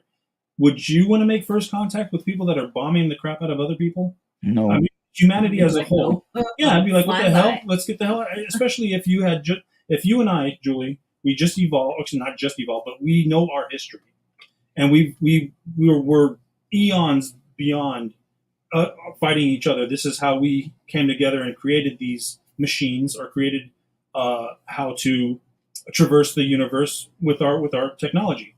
And we come here and we see almost an exact replica of what our, if we were aliens or extraterrestrials, we were witnessing pretty much our history from eons ago. Mhm. So that being said, would we stop and be like, "Hello, how's it going? You know, we're here to help you guys." No, no one probably helped us get to where we are as extraterrestrials. Um, would there be some type of Star Trekian, you know, prime directive? Who knows? But in my experience, I believe, in my experience over the last decade of researching this stuff, um, I believe that if in fact extraterrestrials want to make some kind of contact, or have been making contact with certain individuals, um, I think that it's going to take a lot for them to say hello to the entire globe. We're going to have to stop doing a lot of things that we're doing now. We just have to come together as one. There's just no way. Like I don't, thinking logically, and this is not from like a feeling sort of thinking. It's definitely from a logical standpoint. I don't believe that unless we could do something about what we're doing to each other, and the state of the world now, I don't think that we're going to have a global first contact unless we start making those changes. Or if we do find that irrefutable proof, if someone does capture something in a telescope or what have you, shares that with the world instead of just hiding it like the government does, or what we think the government is doing. I believe that you know how we've been sending radio waves and television waves out since the early 20s, early 10s, in the 20th century. If they were, I'm sorry. I think we recently literally sent a cat video out there. Oh, via laser? I think I just read something about that too. Yeah, that was hilarious. Somebody shot one of the astronomers shot a laser. It was at NASA or something like that. Yeah. Shot a laser of a cat video out. Yeah. So who knows where that is? Who knows where that All right. Late Well, 1800s. Thank you so much. Television. You know, like we're doing this show here. You know, guess where? Even though I'm using a broadband connection. You know, Okay. I'm not like on cable. I'm not on the fiber optics yet. That's coming, Right but on. that's not here yet. Cause I'm in a small town where we don't have enough people to really pay for that. Mhm. But in my situation, I use over the air broadband connection. You know, so basically like the old I call it a glorified high speed dial up. Oh no, like DSL. Right on. It's probably more stable than that, but I like to call it that sometimes when it doesn't work right. You're But welcome. anyway, what's interesting is I'm going up to the satellite with my information. Okay, so Right. our communication goes up to the satellite, down to the antenna, down to the power lines and the communication lines and everything like that, right?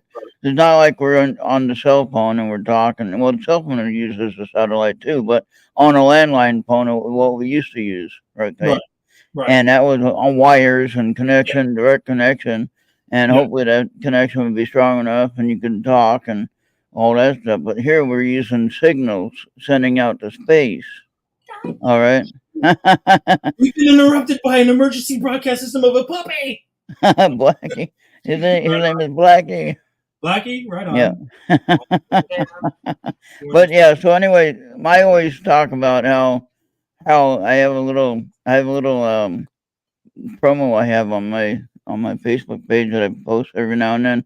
And you Oh, see a God. guy. Oh, look at that cat. Is that the cat you got? This is one of our 5 cats. This is Oh, Snowball. okay. Oh, She's which a one? Ooh, yeah, she know me. She know me. What's the name? Snowball. Oh yeah, no kidding. She's White. pure white. When she lays down, she looks like a little snowball. It's beautiful. Funny you should say that. I saw a white dog running around a yard on one of my drives as I was driving home. I said, guess what they call that white dog? And I don't know this. I'm just guessing. Probably Mm, call it a snowball because it's Snowball. just so small, Just such a small dog running around. If I had a white dog, I'd call it Snowball probably. Right on. But I'm not gonna have any more pets. I had my dog.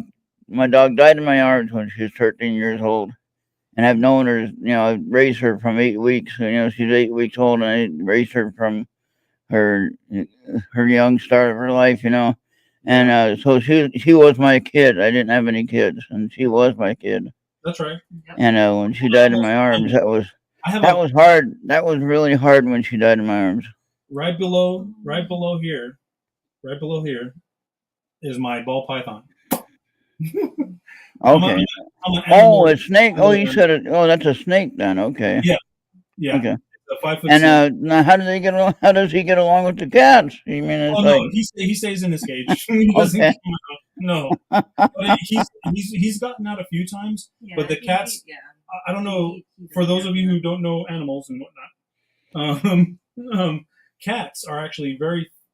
Their strikes are faster, or their reaction time is faster than a rattlesnake strike. Okay, good. So a ball Good. python strike is a lot slower. So when the ball python has come out, the cats will chase him into a corner. They'll play Okay. around with him, and he'll. Okay. When I finally find him, he'll strike at me like, "Where the hell have you been?" Yeah. So I'll grab All him. right. Yeah, my brother had a boa constrictor for a high school project. And good night, Julie. I guess if you're going, Merry Christmas to you again. Hi, Merry Christmas. And he had a boa constrictor, and in a year it got to be too much for us to handle. We were feeding it live mice and things like that, All right. And that's what we just put. And then we started raising mice just so we can cut down on the cost of having to buy the mice, right. And that was a job and a half to keep doing that. Yeah. And finally, it got to be pretty big. It was about 2 feet long and big, and it hurt. No, boa constrictor. We called him, of course, BC. No kidding. Oh, right And he wasn't poisonous, but I tell you, when he bit you, holy cow, that thing hurt. I used to work with animals long ago in another life. What was it 2005 ish? I worked at a place called the Exploration Station, and I used to take care of anacondas, monitor lizards, birds, exotic fish, exotic birds as well. And we also worked with the Department of Fish and Wildlife, where if someone were bringing in illegal animals from the LA port, they would seize those animals and bring them to us so we could take care of them until they found a suitable home, like either the wildlife way station was out there in the valley, or the LA Zoo, or San Diego Zoo, or what have you. Yeah. So the biggest snake I've ever got bit by was a green Burmese python. It was a green Burmese python, 14 foot long, 140 pounds. Oh man! I was feeding it, and it jumped out. I was feeding the snake a live rat. The rat. What I do is I knock out the rat, so it's kind of euthanized, I guess you could say. But I knock out the rat, and then I didn't knock it out quite all the way. It jumped out of my hand as the snake struck for the. Oh no! Grabbed my arm and started to wrap my arm up. Oh boy! I fall back, and half the snake's body is still in its massive cage. I back out, and I was able to unwrap the snake off my arm, and then pull his face off my wrist. I'm sitting there. If you know, python teeth are like needles, like needles, and so when I rip his face off or rip her face off, no, excuse me, I should reword You that. separated I pulled her face off of my wrist. I'm sitting here bleeding uncontrollably, and she slithers back into her cage. I close the door, call up my boss, and I'm like, dude, I need to go to the hospital. Yeah. I go to the hospital. The funny thing is, I go to the hospital. I tell them I got bit by a python. They wanted to inject me with antivenom, and I was like, dude, no. It was at Brockman Medical Center. They didn't know the doctor or the physician out there that was there at the time didn't know that I was not that I was bit by a non venomous snake, Right. and they kept, we gotta find some, we gotta take you to UCLA. I was like, no, no, no, no. I was bit by a constrictor. They have no poison. So I sat there with, like, for 10 minutes trying to get them to just take care of my wrist and to get it to stop bleeding and whatnot. And yeah, they took care of it. I have a little bit of nerve damage from that, but Yeah, all in I all, can it was imagine. fine. All right, So so now a question that I have about now. I have a telescope, okay, but now I live in Jeffers, Minnesota, where it's a lot of overcast and snow and fog and rain, and usually not really a clear night. yeah, And then I have my neighbors with all the damn porch lights on everywhere. yeah, And it's like, why is that? You move to a dark city, in a dark area where you don't need to have your porch light on. Nobody's here. Come on now. I know. Why do you have your porch light on? That's just ridiculous. I moved out of the city into the small town, which is it is a city, but it's compared to where I came from, Minneapolis area. The small town is nothing compared to that. But I don't like all the lights. I don't like all the city lights and everything like that. As a one who likes to look at the sky, I prefer a dark city or dark area. right. But yeah, there ain't none of that here because everybody has their porch lights on, and it's really frustrating.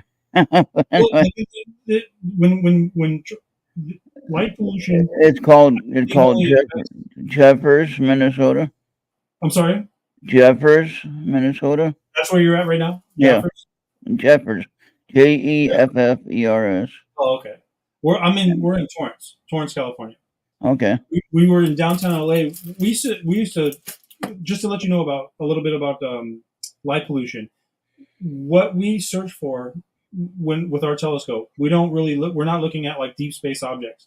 If we were trying to look for deep space objects, we would get a lot of distortions or a lot of noise because we were on our roof in downtown LA. We literally had a lot of these city lights. Oh yeah. Like 2 months, like a month and a half. Julie, I missed you. Merry Christmas. Oh yeah. Go ahead. You're on top of the roof. Oh yeah. So we would go on. We were on a 5-story building, go on top of the roof, and what we look for, we're looking for as you know, Los Angeles is supposed to be a hot spot for UFOs, and Right. so we would go onto our roof a lot and go live onto our Facebooks or either on my. Tiffany and I run well, it's not technically a nonprofit, but we call it a nonprofit because we were giving away telescopes even then. We gave away close to about $10,000 worth of telescopes during the pandemic. So that's what we did. Everybody was at home, and we felt like we needed to do something for people. And we have about 1,500 people in our Facebook group. So we were like, hey, we're going to go live from up here and have a good time and give away telescopes. So we would give away telescopes via contest. But getting back to the point of light pollution, when you're even looking at the moon, you're not going to get a lot of noise in your telescope because you're looking at something very close. If you're looking at something like, say, Orion, if you want to see the Orion Nebula, like Mark shows us all the time, we are not going to be able to see something like that in that type of light in that type of light pollution setting. But that's the main reason why we're giving away telescopes that of any kind really is for people to capture the UFO in their telescope because it's within our within our local neighborhood. It's not like they're trying to find a small ship that's sitting next to Jupiter or something like that. That would be next to impossible. Well, that is impossible unless it was like moon size. But so that there's that. Yeah, the one that I have, the telescope that I have, that's going to mention my problem that I have. Okay. All right, so my battery died on it, right? So I got the replacement battery. Okay. I haven't changed it yet because I'm not certain on it. Now I got everything up. I got the mount apart. I got the telescope off the mount and everything like that. Okay. But what I want to know is if I take off, do I have to take off the it's a one arm Altaz drive. Okay, it's the Celestron HD Edge 8-inch. Okay, Okay, if you know what I'm talking about. I believe so. And it has the clock drive on it. Oh, All the right. go-to drive on it. Yeah. Okay. So it does have the base drive and the one on top and the one on the base. Now there's a ring on there. Can I loosen the cover enough to where I can swing it up and replace that battery, or do I have to disconnect the whole piece? I think that you can actually you swing it over, and that's when it reveals the screws to pop that off.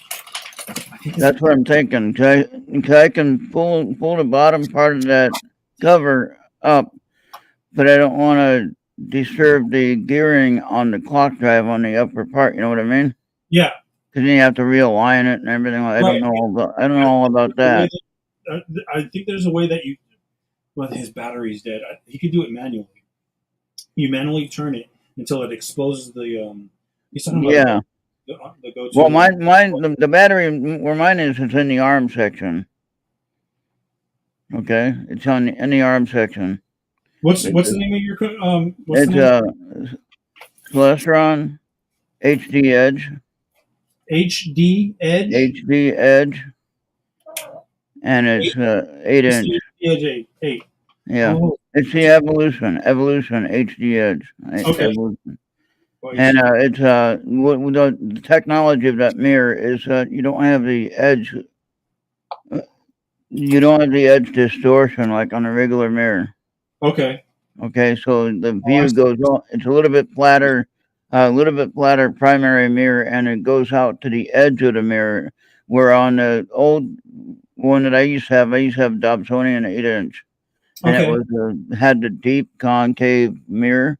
That was a Okay. beautiful scope, but it had the old style mirror where you get that, like the objects would have a different color on the edge of the mirror, Okay. or they wouldn't be clear. Okay, and so you'd have to get it like right in the center in order to see a good picture of it. You know what I Okay. mean?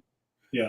So, so on this particular model here, the mirror is more flat, and you Right. get the full advantage of getting the complete mirror So, ability. So the light gathering is much better in this situation. If that makes any sense.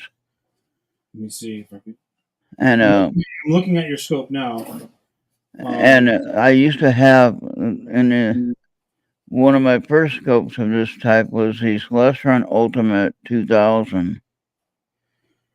And that was it wasn't quite go-to, but it was a clock drive that could track. And so, like, I could actually did have kind of a go-to feature because I could, once I aligned it with 3 pointer stars, then I can tell it the object number, the Macer object number. This is my old scope. Okay. And I'd tell the object number, and it would go right to it. So I guess that was the early days of the go-to. But it had no real connection to the internet like this one does. Okay. Yeah, I see that as a This new one is much better in the upgraded version of the connection. I can connect it to my cell phone and guide it, right to the object, and I can use the what do they call that astronomy program that we use? Starts with Stellarium. Stellarium. I can use Stellarium on my phone and drive the scope anywhere I want to, And I also have StarSense connected with it too. It's a pointer scope that sets up the aiming process of your drive. Now, Whoops. It's well, come on, come into focus. Can you turn off this blur? that's hard. That doesn't come into focus too well.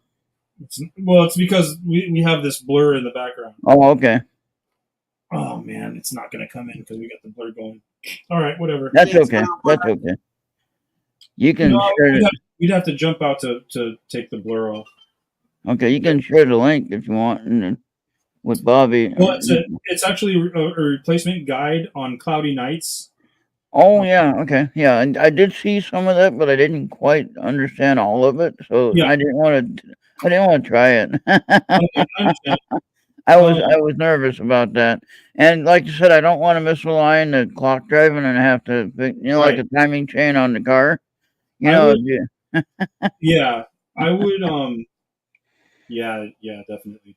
and so Well, that's why I didn't want to try to mess that part up and turn it, and then it's gonna mess up the gearing, and then it won't track right and all that kind of stuff. And then I know there's probably a way to do it. You just need to make sure everything's aligned correctly when you do it. I'll do some research on it, Okay. and I'll send you. I'll send. And I didn't find any clear cut answer. That's why I wasn't sure. And you can Okay. see where the battery is in the arm. You can see Yes, that. I'm looking at that And now. so I can see it's pretty easy to change. It's just a matter of that gear. I Yeah. don't now what I have on my system though, instead of the straight up and down arm. All right. Hey C&D boy. He's in Oh, C&D Canada. boy. Yep. What's He's up, dude? in Hey, it's Calaboss, dude, yeah. from Mark Stream. How's it going, brother? Yeah. And I have an equatorial mount that I added to it. Yeah. Okay. So then it will actually track better when I can get it working and when I get it up and running. And because of the equatorial mount, that thing is a heavy boat anchor. It's huge. Right on. But it's a Celestron equatorial mount that because of the angle of it, it's able to use it like a regular equatorial mount telescope, you know? But see, like what I was talking about on the straight arm, on the single straight arm, it when you go to take the photographs of Salem and you want to track, say Jupiter, all right, and it will like it'll shift where it is in the scope, and it won't quite look the Does it, same. is it wobbly? Is No, the legs wobbly? no, no. Okay.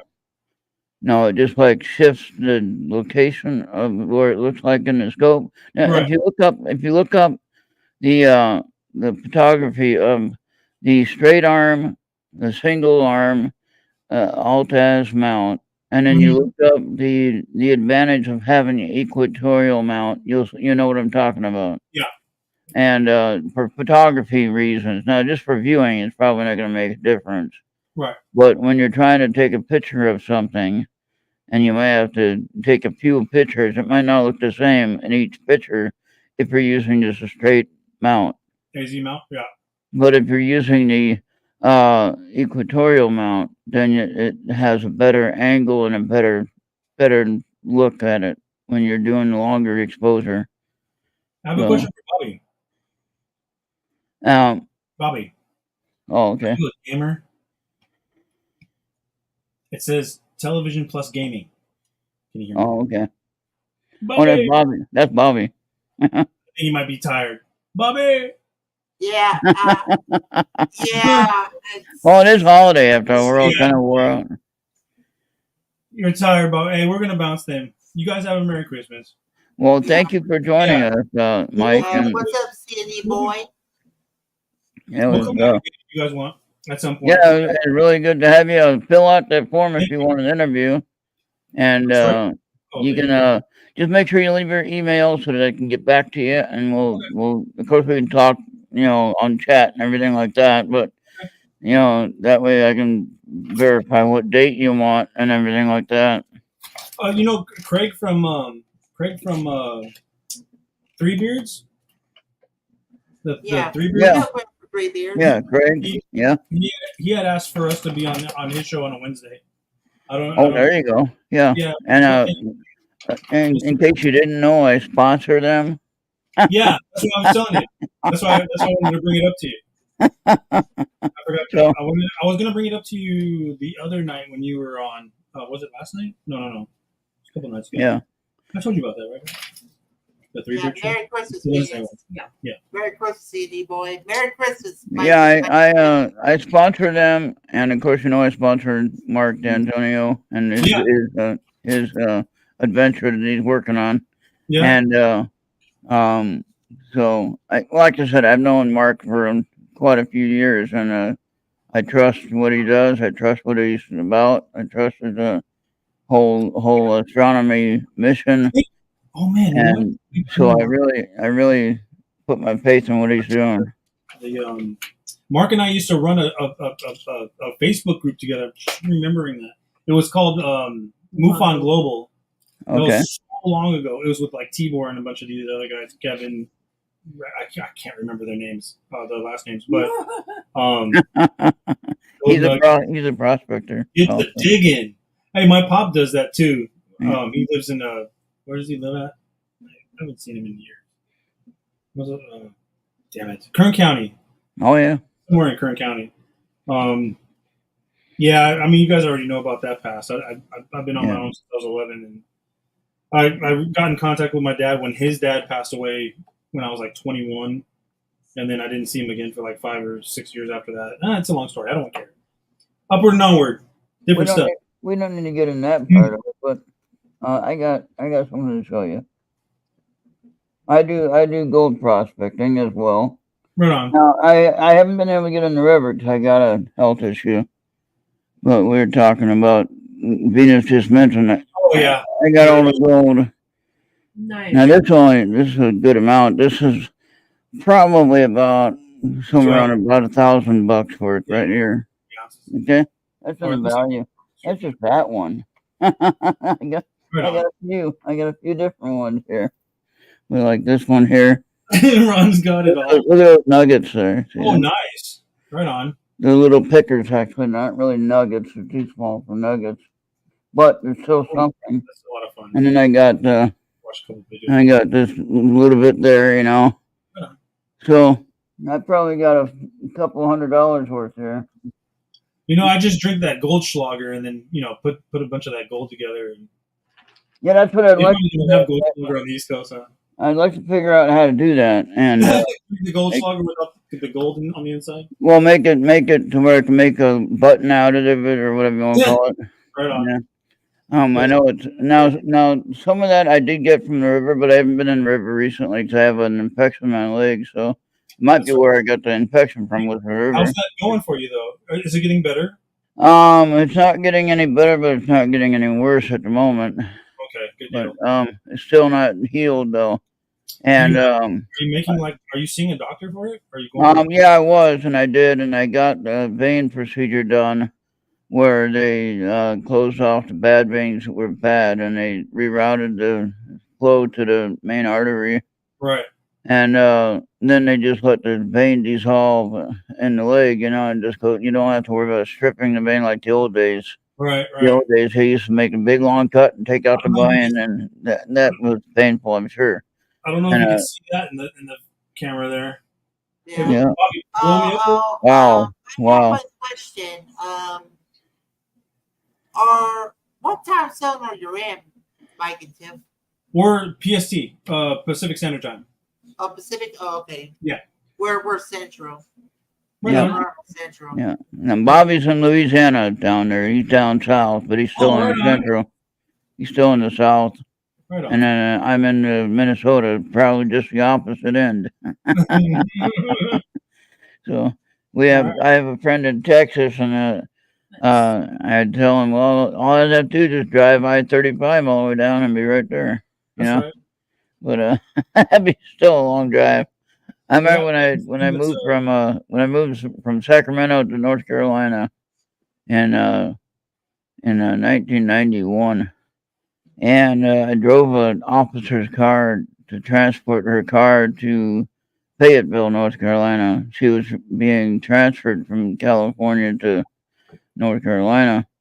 And so they had this process where I could drive the car, and I wouldn't have to worry about I'd get paid at the end of it, so I wouldn't worry about the gas money, And I get a free drive. I get to drive a car for free there, instead of having to pay for the plane or anything like that. Right. So, but going across a small part of Texas, the top part, the north part, right? That took seemed like 4 days. I don't know. Took like forever. Yeah. So that's weird, And then, but we got there. and I did it in about, I think, I did that trip in 5 days, I think. And driving myself, I was the only one driving. My wife didn't drive, so I was the only one driving. But man, oh man, that was a long drive. But we got paid for it, and I didn't have a pretty good way to do it. And I had my other stuff. I had to send my stuff, ship my stuff they had that I couldn't take in the car, So that all worked out pretty good. But Mute me. yeah, I don't know if they still do that kind of thing. I guess they might. You just have to look for it if you're going to be doing any traveling. And sometimes there might be a service and you can help somebody move their car or whatever. So, but Sorry. yeah, I like to drive everywhere now, so I drive everywhere I go. So Pine Bush, I drive 25 hours. Gettysburg is going to be in July this next year. So that'll be June or July. I'll be busy. When I am able to, I'll get back to the gold prospecting. I'll be driving to certain places. I belong to the LDMA, Lost Dutchman's Mining Association, and I belong to them and a lifetime member. And I can go to different places and stay for a couple of weeks, and just prospect. So, but We have clear skies out here. Lady V's asking. We currently have clear skies out here. We're actually about to eat dinner. oh, okay. Oh, finally got there. Okay. Yeah. All right. Well, there you go. Thank you for that. Yeah, thank you for taking the time to visit with us, and you're always welcome. So if you're bored and you see us on and we're I'm doing bored a lot. something, I'm still on LOA right now. yeah. But Yeah. just don't be a stranger, and always do the research on that Alta mount and Yes, see I have it if set. I can do that without destroying the gearing. Understood. And, I will. and if I can, then I'll try it myself. I just want to make sure if I got it right in my You should mind be what able I'm to do thinking. it yourself. I will. I'll find there should be a YouTube channel where do you Yeah, I couldn't find it, but you might know what to look for more than I do. So yeah, I'll see I'll find the simplest explanation that's like it goes through everything. Make sure that it doesn't that's good. screw your gears Yeah. up. So I'll find Yeah, get some kind of confirmation on what I think I know what it is and what I think I can do, but I just want to make sure. Absolutely, especially with a telescope like that. Absolutely. Yeah, and that scope itself was like around what $2,300 or Yeah. something like that. Yeah. So you don't want to just replacing the arm is going to be $1,000 just to Right. do that. Right. And I don't want to do that if I don't have to. So. All right, guys. Merry Christmas, everyone. All right, nice to meet you both. It was a pleasure to meet you guys in the digital flesh. Yeah, but hey, one day we'll meet each other in person, I'm sure. Absolutely. And Absolutely. we'll plan that. But for now, this is better than nothing. That's right. I mean, quick story before you go. When I first met Bill, producer Bill on KGRA. Okay. All right. I was going to Pine Bush the first time, and they had tornadoes. Oh shit! They had 3 tornadoes hit New York area, and his yard was one of the places that got hit. The tree missed his house by less than a foot, about 6 inches actually.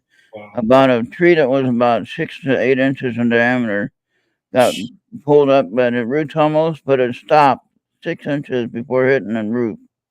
Wow. So. And then we had a video. Bill actually found a video that I was taking with the old cell phone, and he was up on the roof cutting the branch off, to get it cleared out from the house, and then he was on an extension ladder with it propped against the tree branch that he was cutting, and it was like, wait, that don't even look safe. But I had everybody like freaking out, taking this video of him doing that. But I didn't know who he was actually, just by the YouTube video. That's all I knew him by, right? And so the cell phone was out. My navigation was just the cell phone, at that time. My radio in the car was out because everything got shut down because of the tornadoes. Okay. So I'm driving into New York, not knowing where I'm going. Okay. I'm just guessing, And so I get to this gas station, and it looks like a war zone. Everything's thrown around, power lines are down and everything like that. Right. And I get to this gas station, he's on a generator, and he has a landline, and somehow that worked. And Bill had his internet phone, and somehow that worked. And so I was able to call Bill, and he can come and meet me at this gas station. And he said, you're only 2 miles away from my house. I said, well, that's pretty damn good. I didn't know where I was going. And then he came and met me at the gas station. And if it wasn't for YouTube, for me knowing him on YouTube, I wouldn't know who he was pulling up and saying, hey, whatever. But because I knew him on YouTube, I was okay with him. I knew who he was when he pulled up, So that's what I'm saying. This YouTube thing is good. There's good things about it. Yeah. So, but just get what you can. People together that are like-minded and, shares experiences and whatnot and make new friends. It's easy. I mean, we used to see this stuff on, like George Jetson and Star Trek where we like, you see the video screen. It's like, hey, how's it going? Yeah. That was unheard of back in the 80s. Now we're like doing it every day. Yeah. It's an everyday I was doing this before it was popular. I was doing this interview stuff. I was doing the online radio stuff before it was a thing. And then now we had pandemic, and everybody, we got to use the internet more. And I was like, oh, great, this is going to clutter up everything I'm doing. But no, it actually helped it because then everybody was doing it, Well, that's another thing about Tiff and I. Before we split, I have a story. Tiff and I actually, we're paranormal investigators as well. We started this back in like 15 years ago. But we don't go, like, we don't even have a YouTube channel. What we do is word of mouth, and we do it for free. So, like, say if a child is telling his parents, like, there's a ghost under my bed or something's happening, we'll get a call up and be like, hey, can you come and investigate our house? We have like almost too much money spent in equipment. Yeah. Way too much money. Yeah, I spend a lot. Yeah, same here. So that's what we do. And we've been doing this for, and that's what we want to continue to do. And when I find a passion that I want to be part of, whether it be gold prospecting or astronomy or whatever, I've had telescopes. I can't tell you how much money I spent on telescopes and stuff, Yeah. And I have one now that I don't use, but I have it, and it's something that I have a passion about. Right on. And I have a camera that I can use on it when I learn how to use that. It's a Next MH10. Oh, I have that. Yeah, and it's eyepiece. Like yay big. Yeah, it connects right to the eyepiece, and you can connect it to your monitor screen, and you can see what you're looking at right away. And it takes some. It's not as fancy as what Mark has on his system, but that's a whole different deal. So, but for the regular backyard astronomer, that's a good little camera, and you sit there and click away and take your pictures, and then you can take it and process it, later. Now, I haven't tried that yet, but I know that's how it works. But anyway, we'll let you guys go and eat, and thank you again for meeting you. And Tiffany, it was really nice to know that you're real. You're a real person. You're not someone that he made up, Right. I'm kidding. And Michael just gives away telescopes. What the hell? Who's this guy? I'm Michael the Archangel. Yeah, there you go. All right. Thanks, guys. Talk to you guys bye-bye. right. All right, have a good night. Good night, Mike and Tiff. Enjoy your dinner. Thank you. Thank you. And Bobby, we're going to hear more from you next time, damn it. Yeah. Oh, okay. Yeah. We want to hear He's more. distracted with Christmas stuff. Merry Christmas. Merry Christmas. Yeah. All right, bye. Bye. All right, everybody. Well, I think that turned out to be a good show, Bobby. Wasn't expecting that extra visit. Yeah. All right, so That was better than nothing. yeah, I think that's about it. How about if you play the 1 year anniversary, play the UFO one, and play the Christmas one that I had. All right, and thank you for everyone being in chat. C&D boy for being here. Genghis Khan was here. Julie was here earlier. Venus is here. Kimberly was on the Facebook page. Yeah. Boy. Yep. All right. So here we go.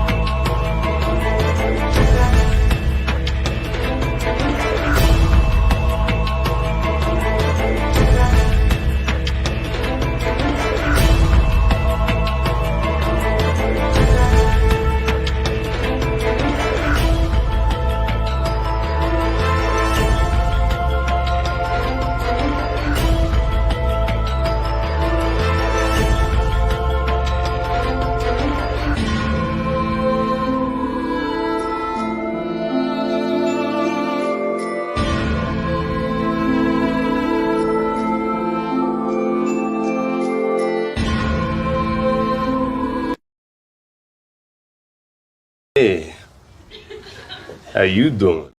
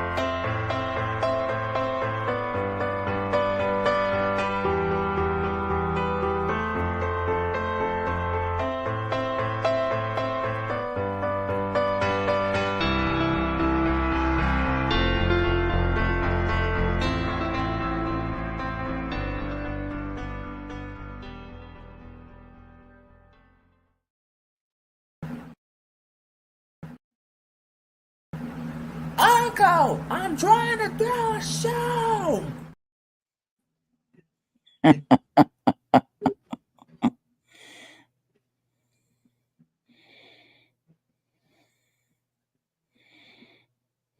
All right. I guess Oh yeah, Venus, you're right. We're gonna work on that one. Kevin does his own advertisements because it's a show that actually shows on the Podbean channel. Um what is his name? Kevin's co-host. What is his name? Oh boy. yeah. You know what I'm talking about. Okay, yeah, he does the show on his own channel. So what I'm trying to think of is that Kevin does all his own advertisement stuff on that.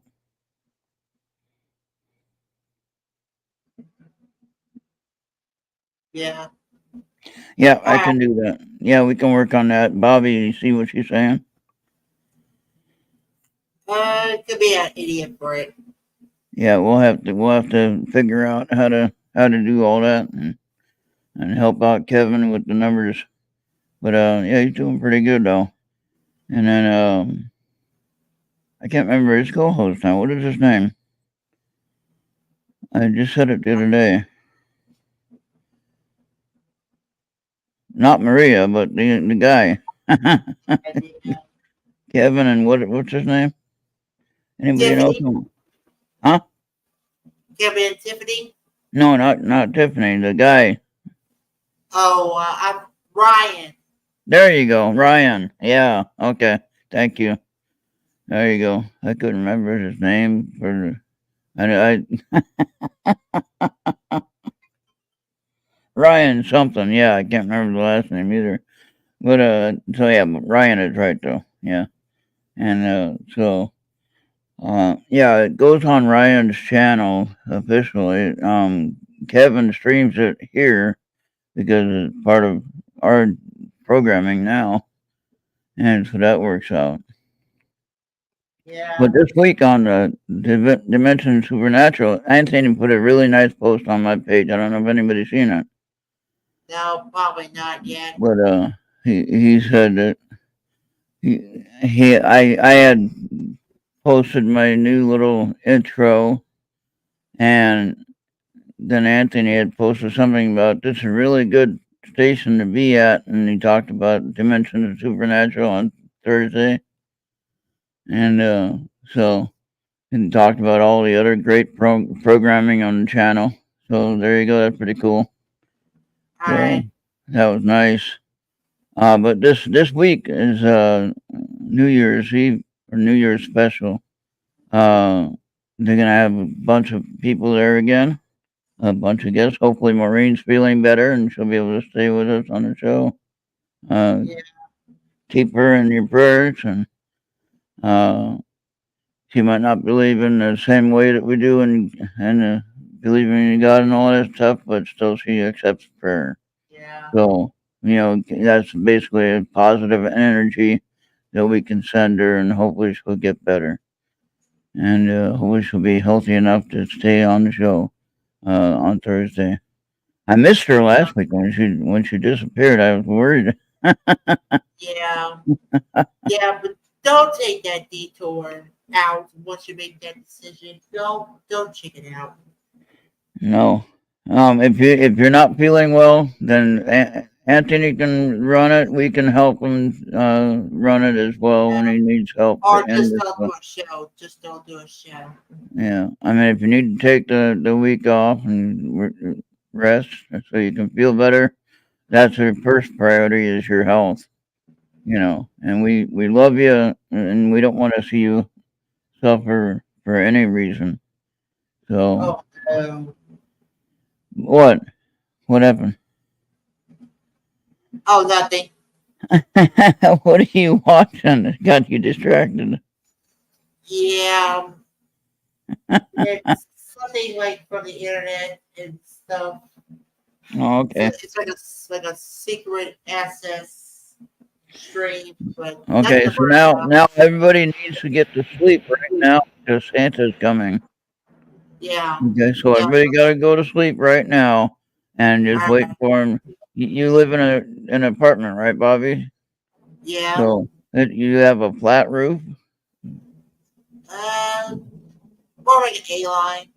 Oh, okay, all right, yeah. My house roof. I hope the Santa has good brakes on his sleigh because I got rain and sleet and Oh, you fog. know his reindeer in his sleigh can adjust to these terrains. Oh, Very okay. Okay, they're made for that kind of stuff, and good. All right. Well, as long as he can stop on my roof, I'll be fine. Of course, I don't have really a chimney. I don't have an indoor fireplace. I have a chimney, but it doesn't really go anywhere. Yeah. It's not All connected to right. anything. All right, yeah, we're out of here, folks. Thank you for joining us. Merry Christmas, and we'll see you on the next one. We're gonna do a show probably tomorrow night too, because what else are we doing? Everyone else is off, so I'll Yeah. take time out to do some shows, All right. and All right. never hurts, right, Bobby? So that's what we're Yeah. here for, to take up the airspace. All Yeah. right, good night, everybody. Yeah. Merry Good night. Christmas again. Yeah. Good night, See you on everybody. the next one. Thank you for watching.